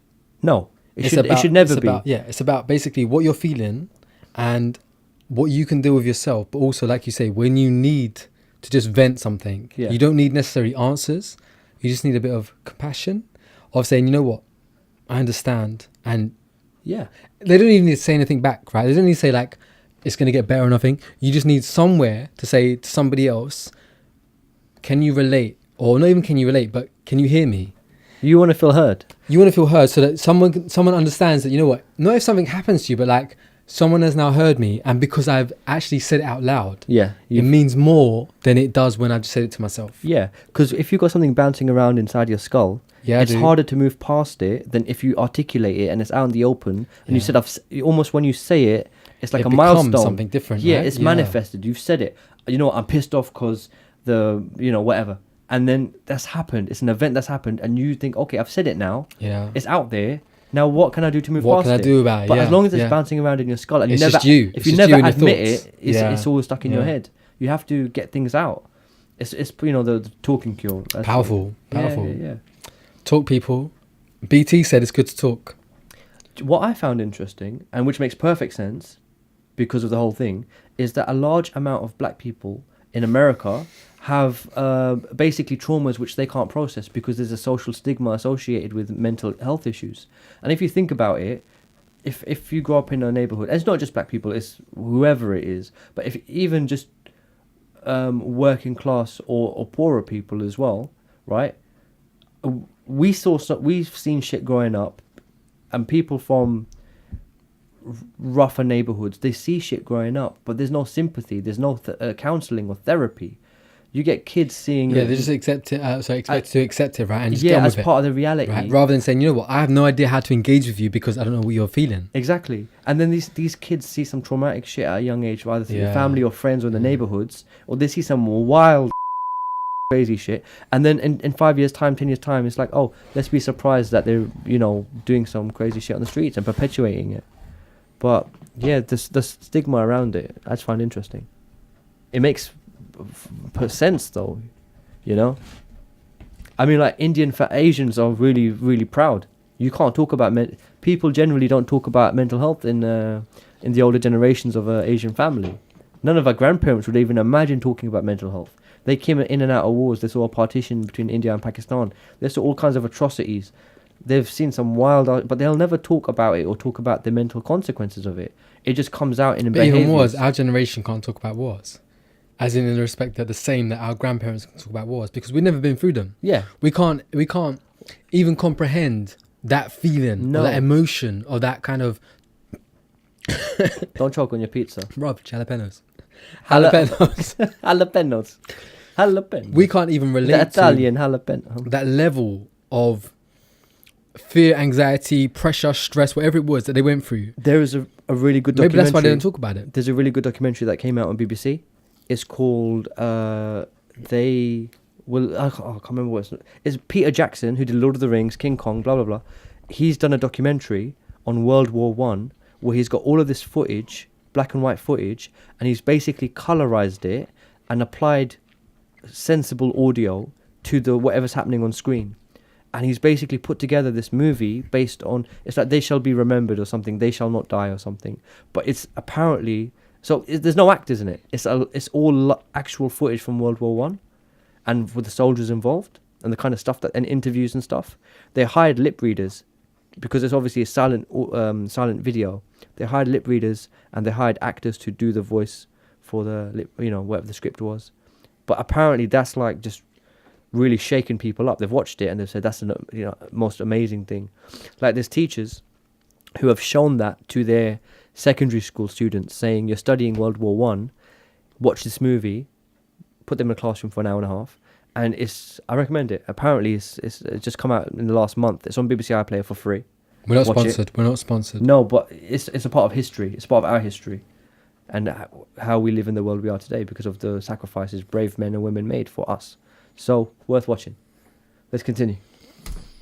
Everyone, just for a minute, go ahead and bring to mind how much you have available right now as liquid savings. Not investments, not pensions, not property, but if there was an emergency tonight, cash you could access by tomorrow. So bring that amount to mind. I know for some of you it's zero. We're broke. And just notice She's what my the emotions. emotions are that I don't come like up that. for you as you contemplate that amount of money or the lack of that amount of money. And what are the thoughts that start going in your head? What does that judgmental inner critic say about the amount that you have? I don't care. Note Don't the care emotion, about give that it a rating. 0, you're totally fine, you feel great. And 10, you are overwhelmed with negative emotion. Okay? And just remember that rating. Should we try that? And then are we ready to go ahead and start tapping? Yeah. We're drinking a lot. It's going to happen. Epic burp moment. Yeah, make the screen shake. Time coded. Yeah. Let's play that. Are we engaging? We just want to watch. Let's just watch. Let's keep going. And then are we ready to go ahead and start tapping? Yep. Very good. So you're gonna tap with your fingertips where I tap, not so light you can't feel it and not so hard that it's uncomfortable. You're gonna repeat what I say, but don't be afraid to change the words so they're most appropriate for you, okay? So we start tapping on the top of the head. When I You're think going in about hard, my bro. finances, just repeat out loud after me. So Hey, when I listen, think leave about some my brain finances, cells afterwards, man. Come on. Think about my finances. and where I'm at, You're whacking way too hard, bro. Never thought I'd say that. Because you're not doing it. You have to do it for the both of us. You do it for yourself. I feel it. I'm rubbing my stomach at the same time. Bruv, stop slapping it so hard. I can hear it on the microphone so audibly. I'm concerned about the number of brain cells you're losing at each strike.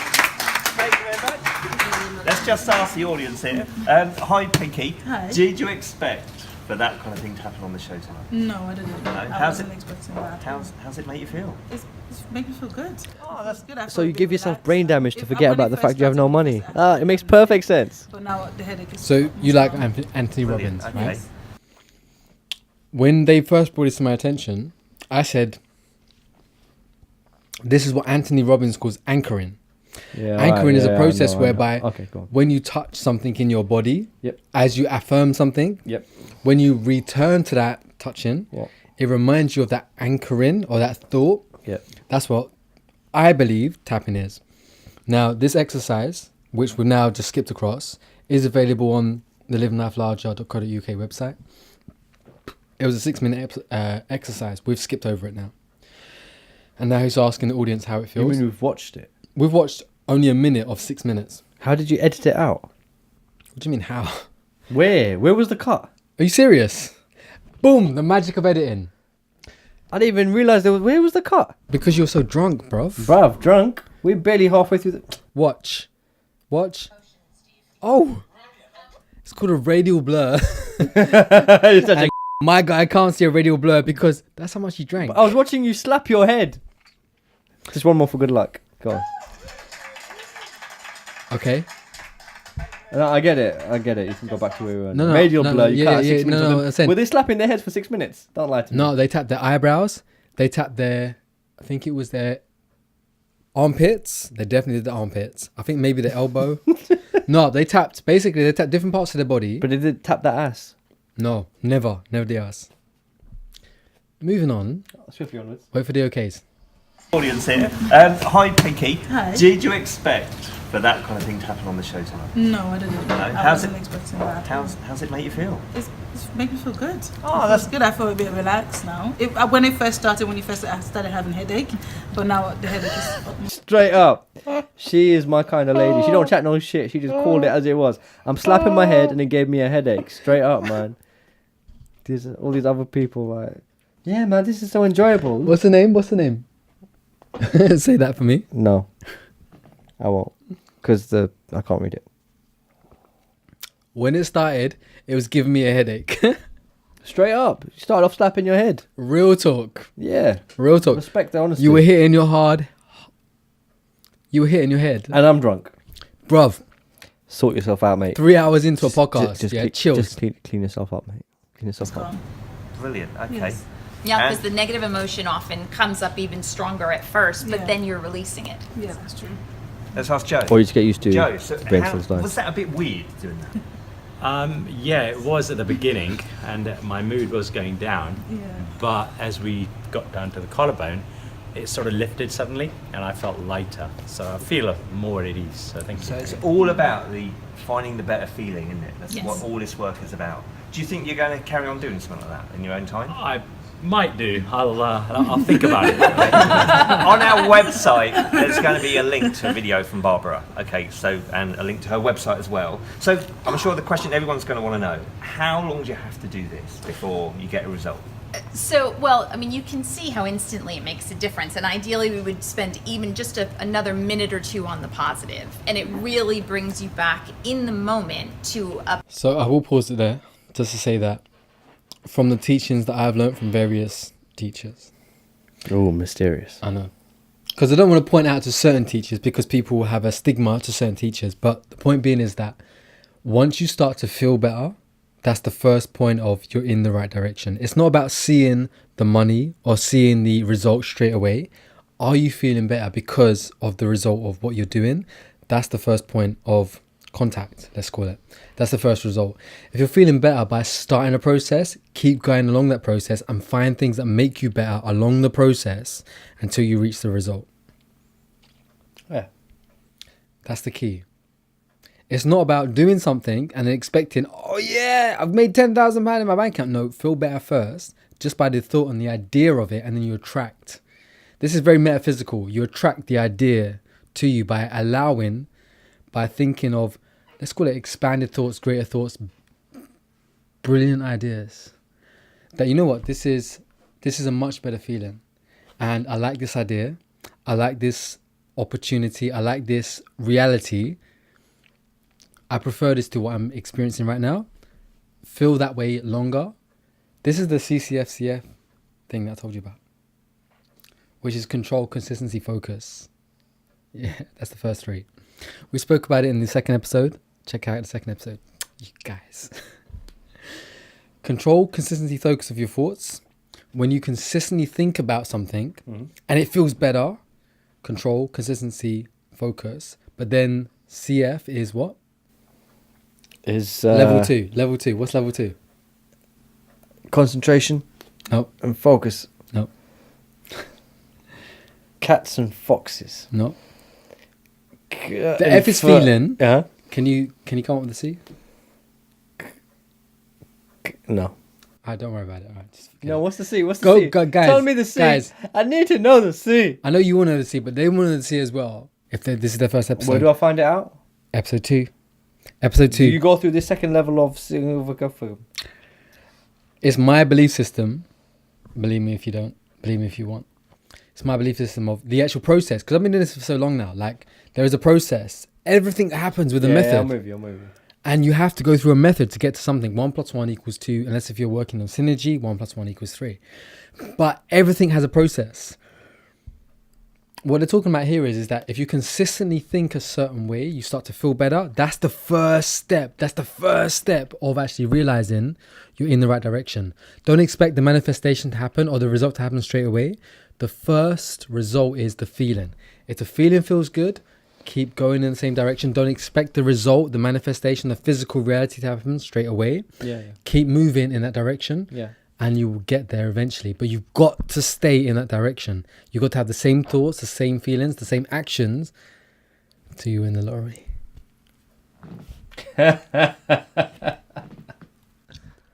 When you don't see us for a couple of weeks, you know what happens, Months. yeah? That's what I'm going to Months. say. Boss.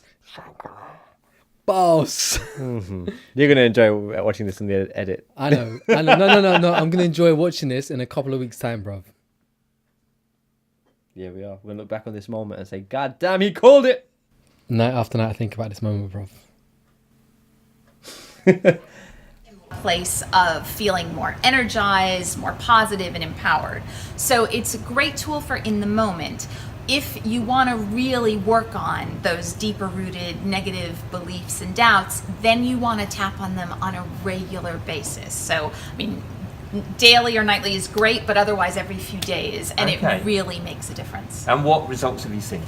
I have seen people change their lives. I really have. I have seen people go from a place of just feeling almost hopeless and really a place of being stuck and inactive to getting new jobs, to getting promotions, to actually starting to date again. It just empowers you. Wow, and it's about finding the better feeling thoughts. Oh, no, that's cool. I've been told I've got to wrap this up. But you got the hammer. Barbara, come with us. That is amazing. Hopefully you've enjoyed the show. We are wrapping up now. So, we got to give our conclusion. Everyone join in. Audience, stand up. We're getting the shot as well behind us. So, how important are your thoughts? They are absolutely vital to the quality of your life, okay? If you imagine you're driving a car to Scotland, you've got a really fantastic, expensive car, but if the driver of the car is rubbish, the car ain't going to go far. Your thoughts are driving your life, okay? So get conscious of your thoughts. Find out more about Barbara on our website. Tell us what you think. Tell us if you want any more information about this on all our social Drink that shit. platforms. It's empty. Which are too many. Drink. pour some more drink and drink. Yeah, he said okay. So now they come into the conclusion. And I think the let's call it the importance of the show, whether or not you took anything out of this or not. Let's save it because let's let them wrap it up. I'm gonna drink to the okay. Let them wrap it up and then we. I'm just filling in the gaps. I'm just saying that I believe that, you know what, they're saying that it's important to be aware of what you think.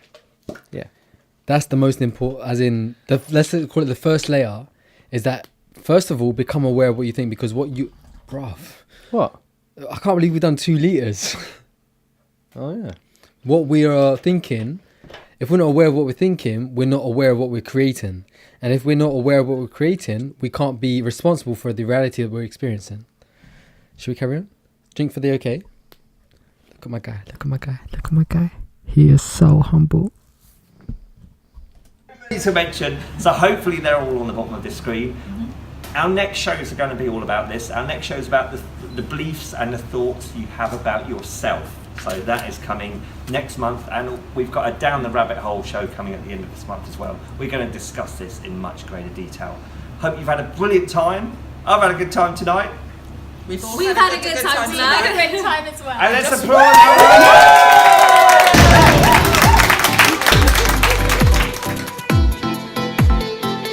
So they've got a whole thing here as well. It's not the whole holding up a piece of paper in front of the camera. Yeah, it's nice. I think it works better. And linking to other shows as well. So obviously they're stepping up the game. And they're moving forward now, which is nice because, again, growth is always important in anything that anyone does. If you're improving and you're continuously looking for ways of, let's call it up in your game, it's nice, right? Because it means that you're thinking thoughts, you're conscious about what's going on. Yeah, straight up. And you're moving in a different direction. Or you're moving in a positive direction of where you're expanding what you started with. Yeah. So it's like if you were going in a straight line and you hit a brick wall, how long will you bang your head on that brick wall? Are you going to move around it and find a way around the obstacle? Or are you going to still keep hitting your head? If something doesn't work, if something's not working, let it go, find a way around your obstacle. Don't try and go through it, go around it.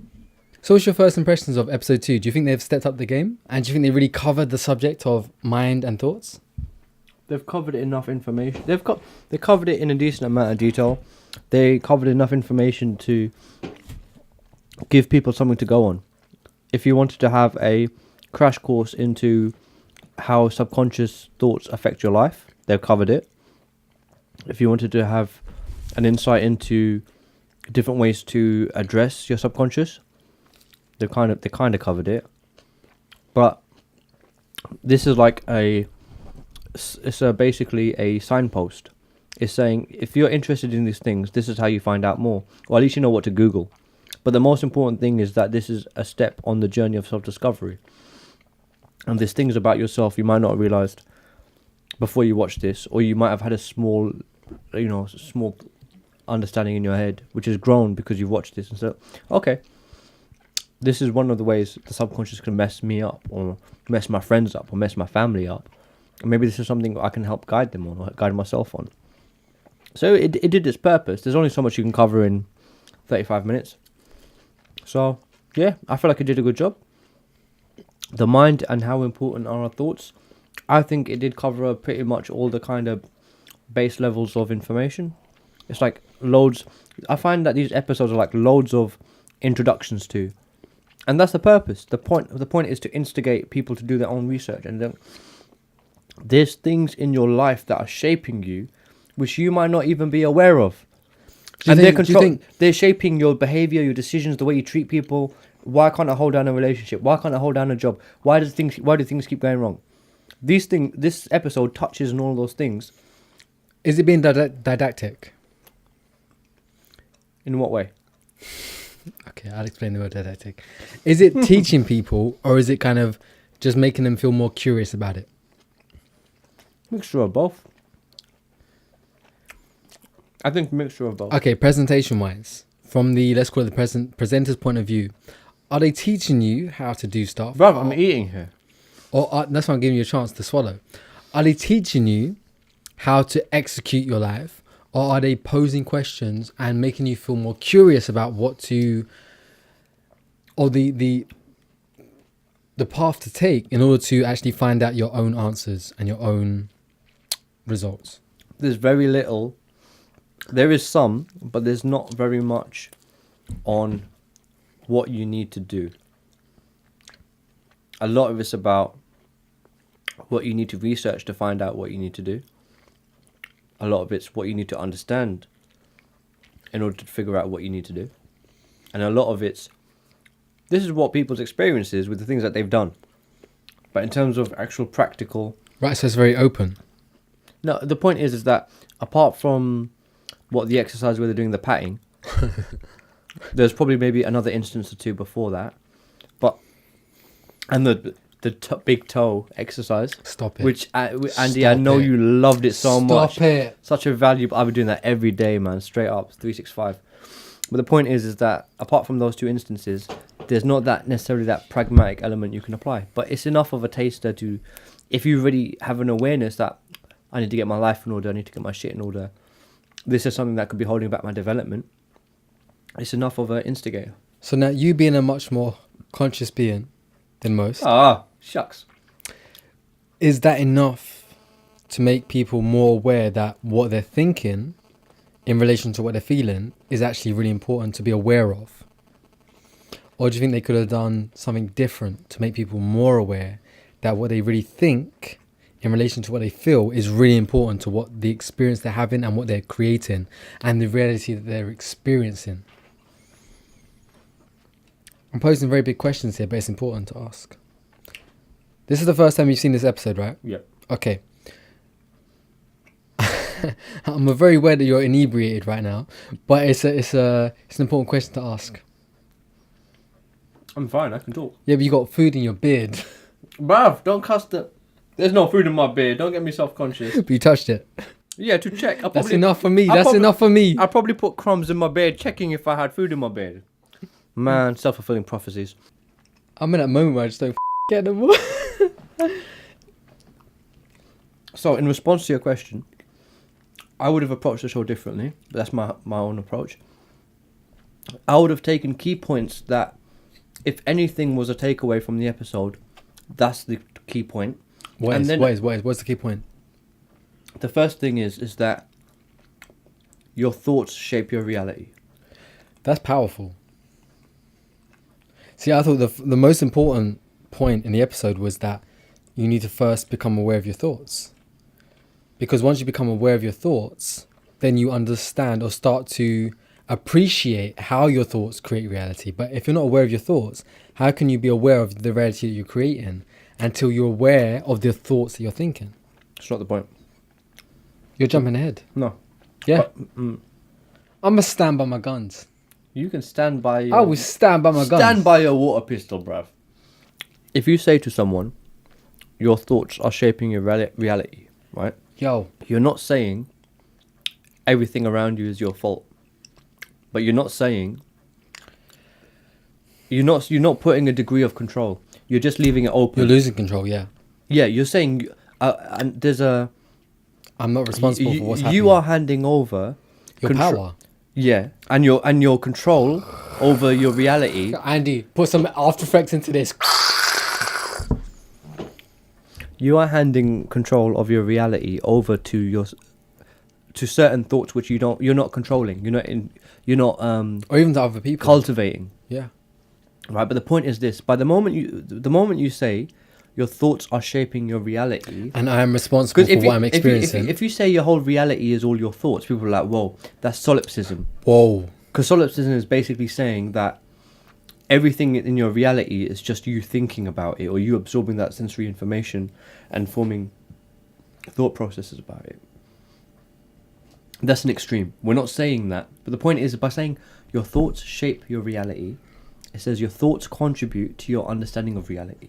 And then the question is, which you don't have to ask the question. Understand and also creation. The question inherent in that, if I say to you, if you said to me, your thoughts are shaping your reality. Which I did. Which I did. Yes, yeah, I did. You totally did. If you said to me, thoughts shape your reality, your thoughts are shaping your reality. Which I did say. I want to slap you so hard. If you said to me, your thoughts are shaping your reality. To me, my question is, whoa, I need to know. I need to be in control of what are the thoughts I'm having that are shaping my reality that I don't know about. Because I need to reassert control over my reality. Or that you're more aware of. That you're more aware. Exactly. More aware of, So the question of becoming more aware is built into that premise. So I would have the very statement, your thoughts are shaping your reality. And then I just have a whole bunch of people talking about their experience with that statement and what it means to them.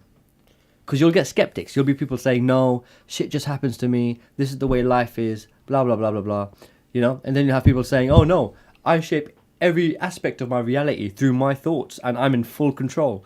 And between these two kind of extremes, some people are like victims of the conditions of their fate or their reality. Like, this is all happening to me and I'm a passive observer, right? Reality is happening to me and then my thoughts are just a reflection of reality. Yeah? Is one extreme. And the other one is, everything in my reality is down to me and it's because of everything I'm thinking, I'm controlling, and I'm in total full manifestation mode, which I don't believe is feasible. I don't think you can be at that level of everything is just, that's basically godhood. And if you're in godhood, you probably wouldn't be in this body at that time. And life is a continual effort. So between those two extremes, everybody in the audience would have their kind of, this is what that statement means to me. And then you'd hear a whole broad spectrum, and then somewhere you'd hear someone talk about something. It's like, wait, I'm there. And for someone to have that moment of, I'm there in the process, and realize that there's so many different perspectives and so many different ways that people relate to that statement, that alone would trigger something in someone's head where they're like, I need to research more. I need to figure out what's holding me back. I need to know what thoughts I'm having that are controlling my reality, that I don't want these outcomes. I keep getting dumped, or I keep losing my jobs, or I can't maintain a constructive, healthy relationship with a friend, or, you know, whatever it is. I can't form connections with people, whatever it is. I'm alone, I'm scared, I'm isolated. How do you overcome these? You know, this is real shit. Like, people get depressed and people, you know, recently they appointed a minister of suicide in the government. In English government? In English government. No. I shit you not.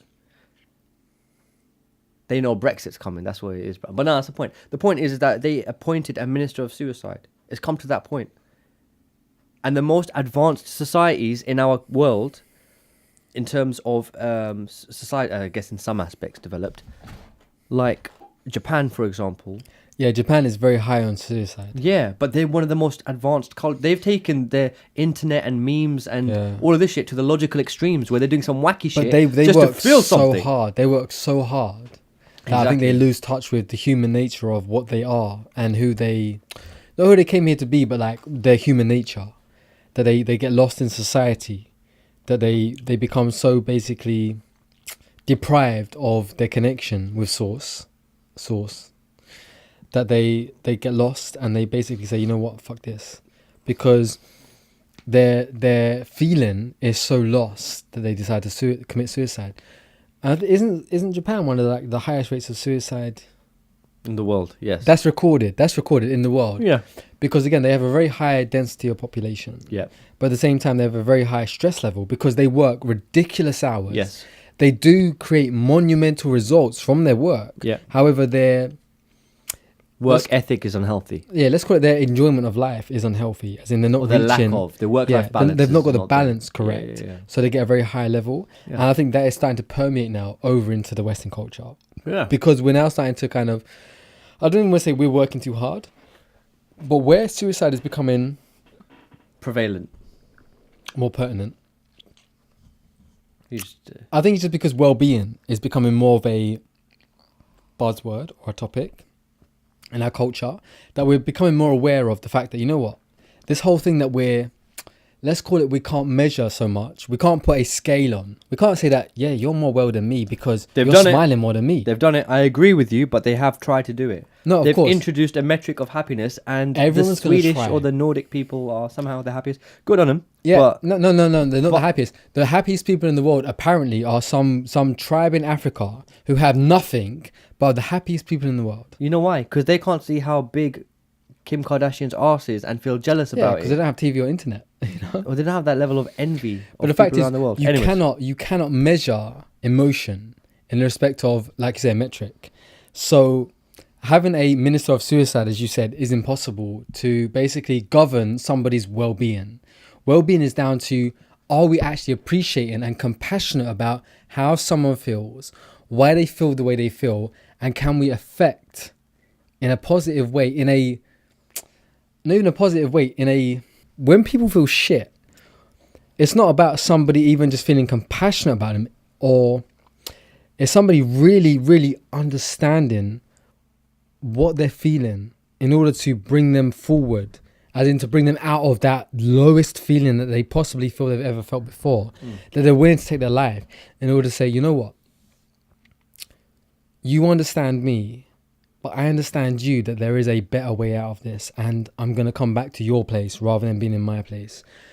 It's so hard to bring yourself, when you're in a higher level of consciousness or in a higher level of emotion, to go that low, to bring somebody out of that level. That's almost like a superhero power. To say, you know what, if you're willing to kill or to basically sacrifice your life because you feel your life is so bad, that you're going to give it up because you feel like there's no other way out of this. Yeah, that someone else can come along and bring you out of that. That is a superpower straight away. As in, when I say superpower, as in, that's really a commendable force that you have to say, you know what, I can bring myself from my level down to your level to relate to what you're feeling, to bring you back up to a level of hope that you can come out of where you're feeling, to come to a much more positive feeling, that you can come to a high level of feeling, to come back to a natural feeling that will make you, bring you into a place where you can benefit other people as well as yourself. I understand what you're saying. It's a very like, when I just think of it in my head, it's like algebra. It's like, whoa. On that note, no, it's messy, bro. In my head, it was messy. When I saw it in my head, like visualizing it, it was messy. But it's like, you know what? Yeah, I understand what I'm saying. I don't know if you understand what I'm saying. I get what you're saying. Because you know, yeah, we had like a liter of JD. It's difficult. Yeah. But I get where you're coming from. I think, you know what? You don't need hope. You're in a pit. You need a little bit of rope.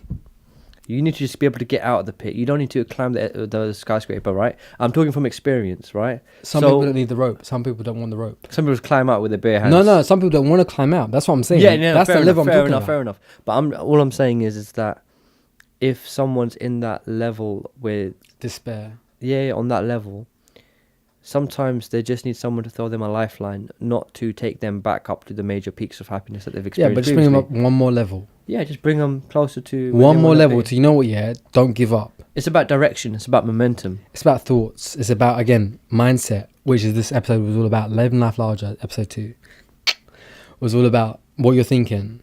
And when you hold your thoughts in despair and like, it's time to give up, it's time to end my life, if you stay there, fine. That's what all you're going to do, because that's where your focus is. But the moment you can think, or somebody else makes you think in a different direction, you start to change your thoughts. You can move your life in a completely different direction. But you have to want to be changed. You have to be open to change. You have to do that by yourself, as in something in you. No one else can change you. No one else can change you. You have to do that by yourself. And like, you have to understand that like, some of the millionaires in this world didn't become millionaires until they were 50, 60 or 70 years old. You can change your life like this. And even for me and you, like, we're not millionaires and we're not the most successful people we're going to be in this life. Chat.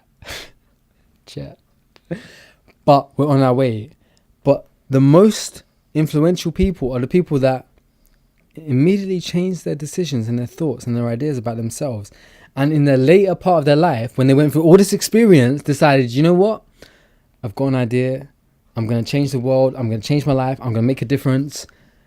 In their 50s and 60s, they became successful. They became influential. They became wealthy. Whatever they did, it changed the society that they were in. Yeah. It's never too late to change your direction. And on that note, before we wrap up, I'll leave it with a small sentiment to add to that. He moves so fast to wrapping up. Like, I love going on with you guys forever. This guy just wants to go home. Killing me. One piece of knowledge I'll share is that if you can't... Knowledge. Graphic on screen. Love what you do or do what you love. If you're not doing what you love, you need to change it, but it's never an overnight thing, but transition towards it. That's the best thing for well-being. A lot of people are dissatisfied with the situations they find themselves in life. Find something you love doing, which is non-harmful to anyone else. Yeah, not some weird, creepy shit like, you know, whatever it is. You know who you are. Fucking, you know who you are. But the point is that it's just something positive and that makes you feel good about yourself, and something you feel you can, if you're not good at already, you can become good at. Which comes down to alignment, and personal alignment. If you love doing it, if it feels then good, do it. Yeah, do it. And if you're doing it and you don't have a choice, learn to love it, because you got to do it anyway. You might as well enjoy that shit, right? If you're trekking, you got to go from A to B and it's a long slog. You got to do that. You don't have. It's a done deal. If I've got to go in for an 8-hour shift, I've committed to it. I know I'm going to do it. I've woken up for the time and I've turned up, showered, brushed my teeth and fully dressed, and, you know, whatever, slicked up or whatever, looking like, you know. Yeah, you did. Yeah, you did. Every day, baby. So the point is that if you make that effort, and how are you going to turn up and not try and at least find some goodness out of the day? If you're going to turn up to your shift and be miserable about it, you're just wasting your life. And it's your not energy, even about, and your presence, and okay, you know and your moment. Everyone around you is going to feel more drawn down. It's an opportunity. Every moment is an opportunity. Yeah. But there's people who genuinely like, I'm depressed, I don't feel like being happy at work. Yeah, let go of that shit, man. That's separate. But what I mean is this. It's not separate, bruv. Every moment is an opportunity. Go and give it your all. So do what you love and love what you do. Exactly. If you don't love what you do, you're wasting your time. Do something else. You're wasting your energy. Go find something better. And on that note, on the mind and how important are our thoughts, it was a good episode. I enjoyed it. I think they did a relatively good job. So are they on their way out, or is there improvements to be made? There's always improvements to be made, but they're doing Are they in the right direction? Yes. Cool. Okay, so 2 Guys 1 Bottle. If it was my show, I would have the statement, your thoughts shape your reality, which we were talking about before.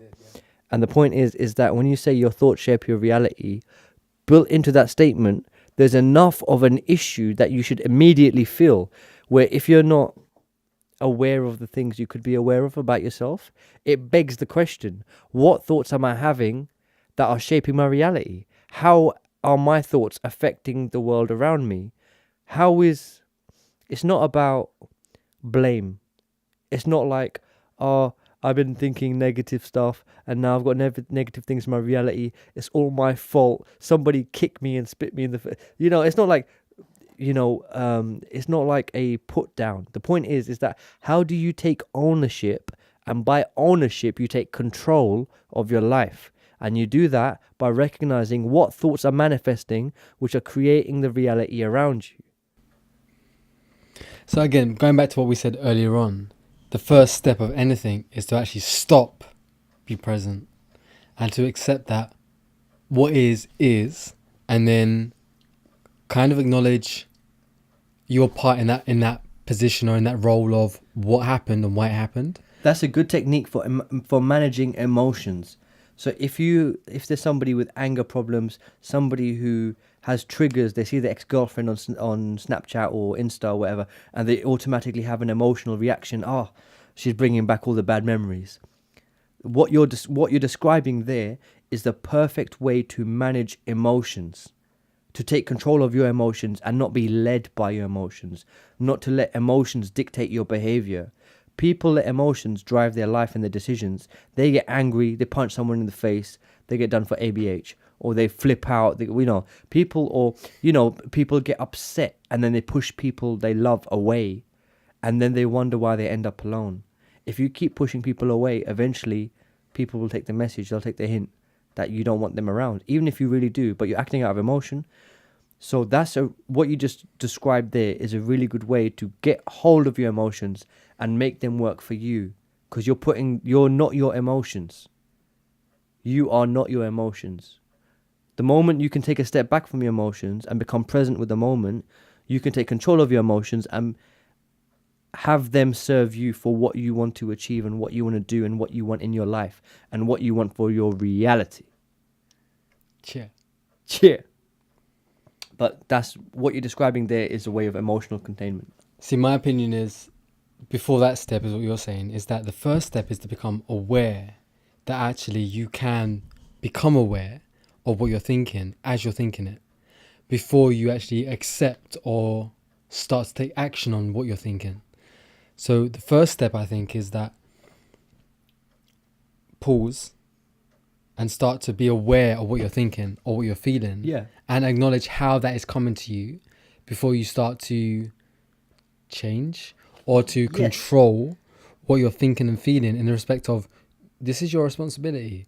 No one else is responsible for what you're thinking or feeling. Yeah. You can blame somebody else, but that doesn't put you in control. The moment you take control is when you say, okay, you know what? Doesn't matter what they're doing, what they're saying, what they're having, what they're being. I can choose what I think and what I feel about this moment. I can't put that in white shop. what I'm thinking, what I'm feeling, what I'm being in this moment.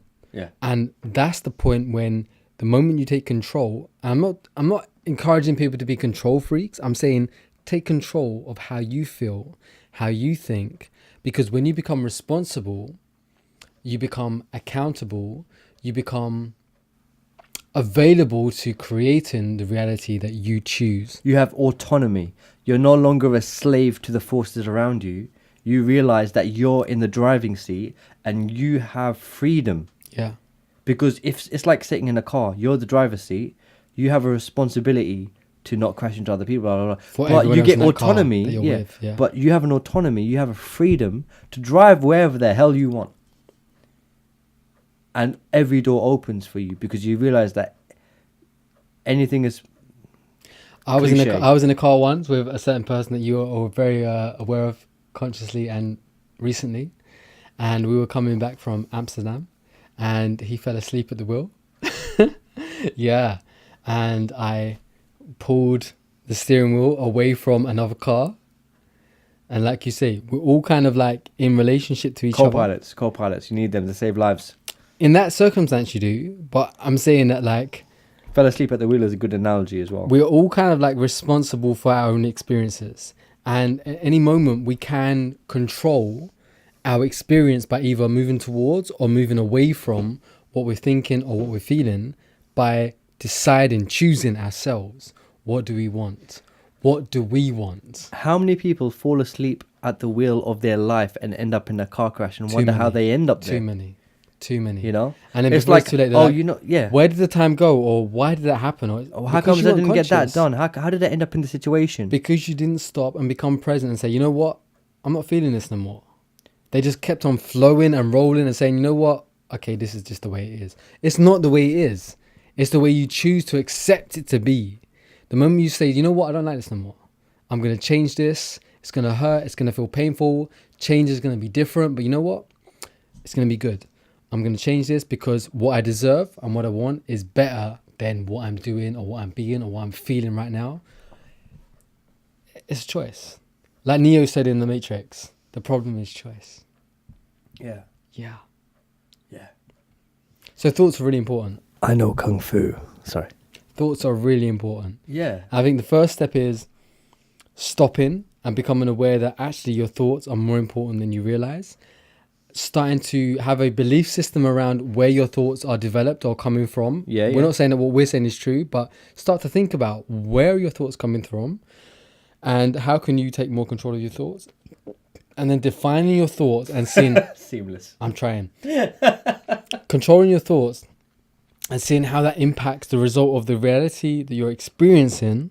And then if you see a positive result, follow that path. And keep going down that path until you realize your thoughts do create your reality. Yes. And that once you come to that position, you're never going to turn back. And you can never turn back. Once you realize this, you can never turn back. So it's the red pill. Yeah, if you decide to take the red pill, just be aware that you can never turn back. Once you become aware and conscious, you can never go back. And it's a painful thing. You keep on saying this to me as well. The top is very lonely. The top is very lonely. Because once you get there... It's lonely at the top of the mountain. Once you get there, it's like you can never turn back from it. But you can always say, you know what? I know that I'm here for a reason. I know that other people will join me. But I can never turn back. Once I'm there, I can never go back because what I did was what I did. It's not what I'm going to do anymore. It's what I've done, basically. And now I'm moving forward because I can see the next mountain. And I will keep going to the next mountain. That's episode 4. 2 guys, 1 bottle. Yep. 2 guys, me and Dara, 1 bottle, I'm not going to say what it was. We're not sponsored by them, but you know, it was whiskey. It was good. Drinking. Yeah. And just having a merry time, having a conversation about a topic. Today was Living Life Larger, episode 2. Go check it out. I'll put the link below in the description. We don't know what the next episode will be about. If you're interested in defining, contributing, deciding what our next episode will be, leave a comment in the description below. And potentially we'll actually decide. We'll choose. We'll say, you know what, yeah, fuck it. Let's just do what you tell us to do, right? Hey, let's have some boundaries here. Okay, you know what?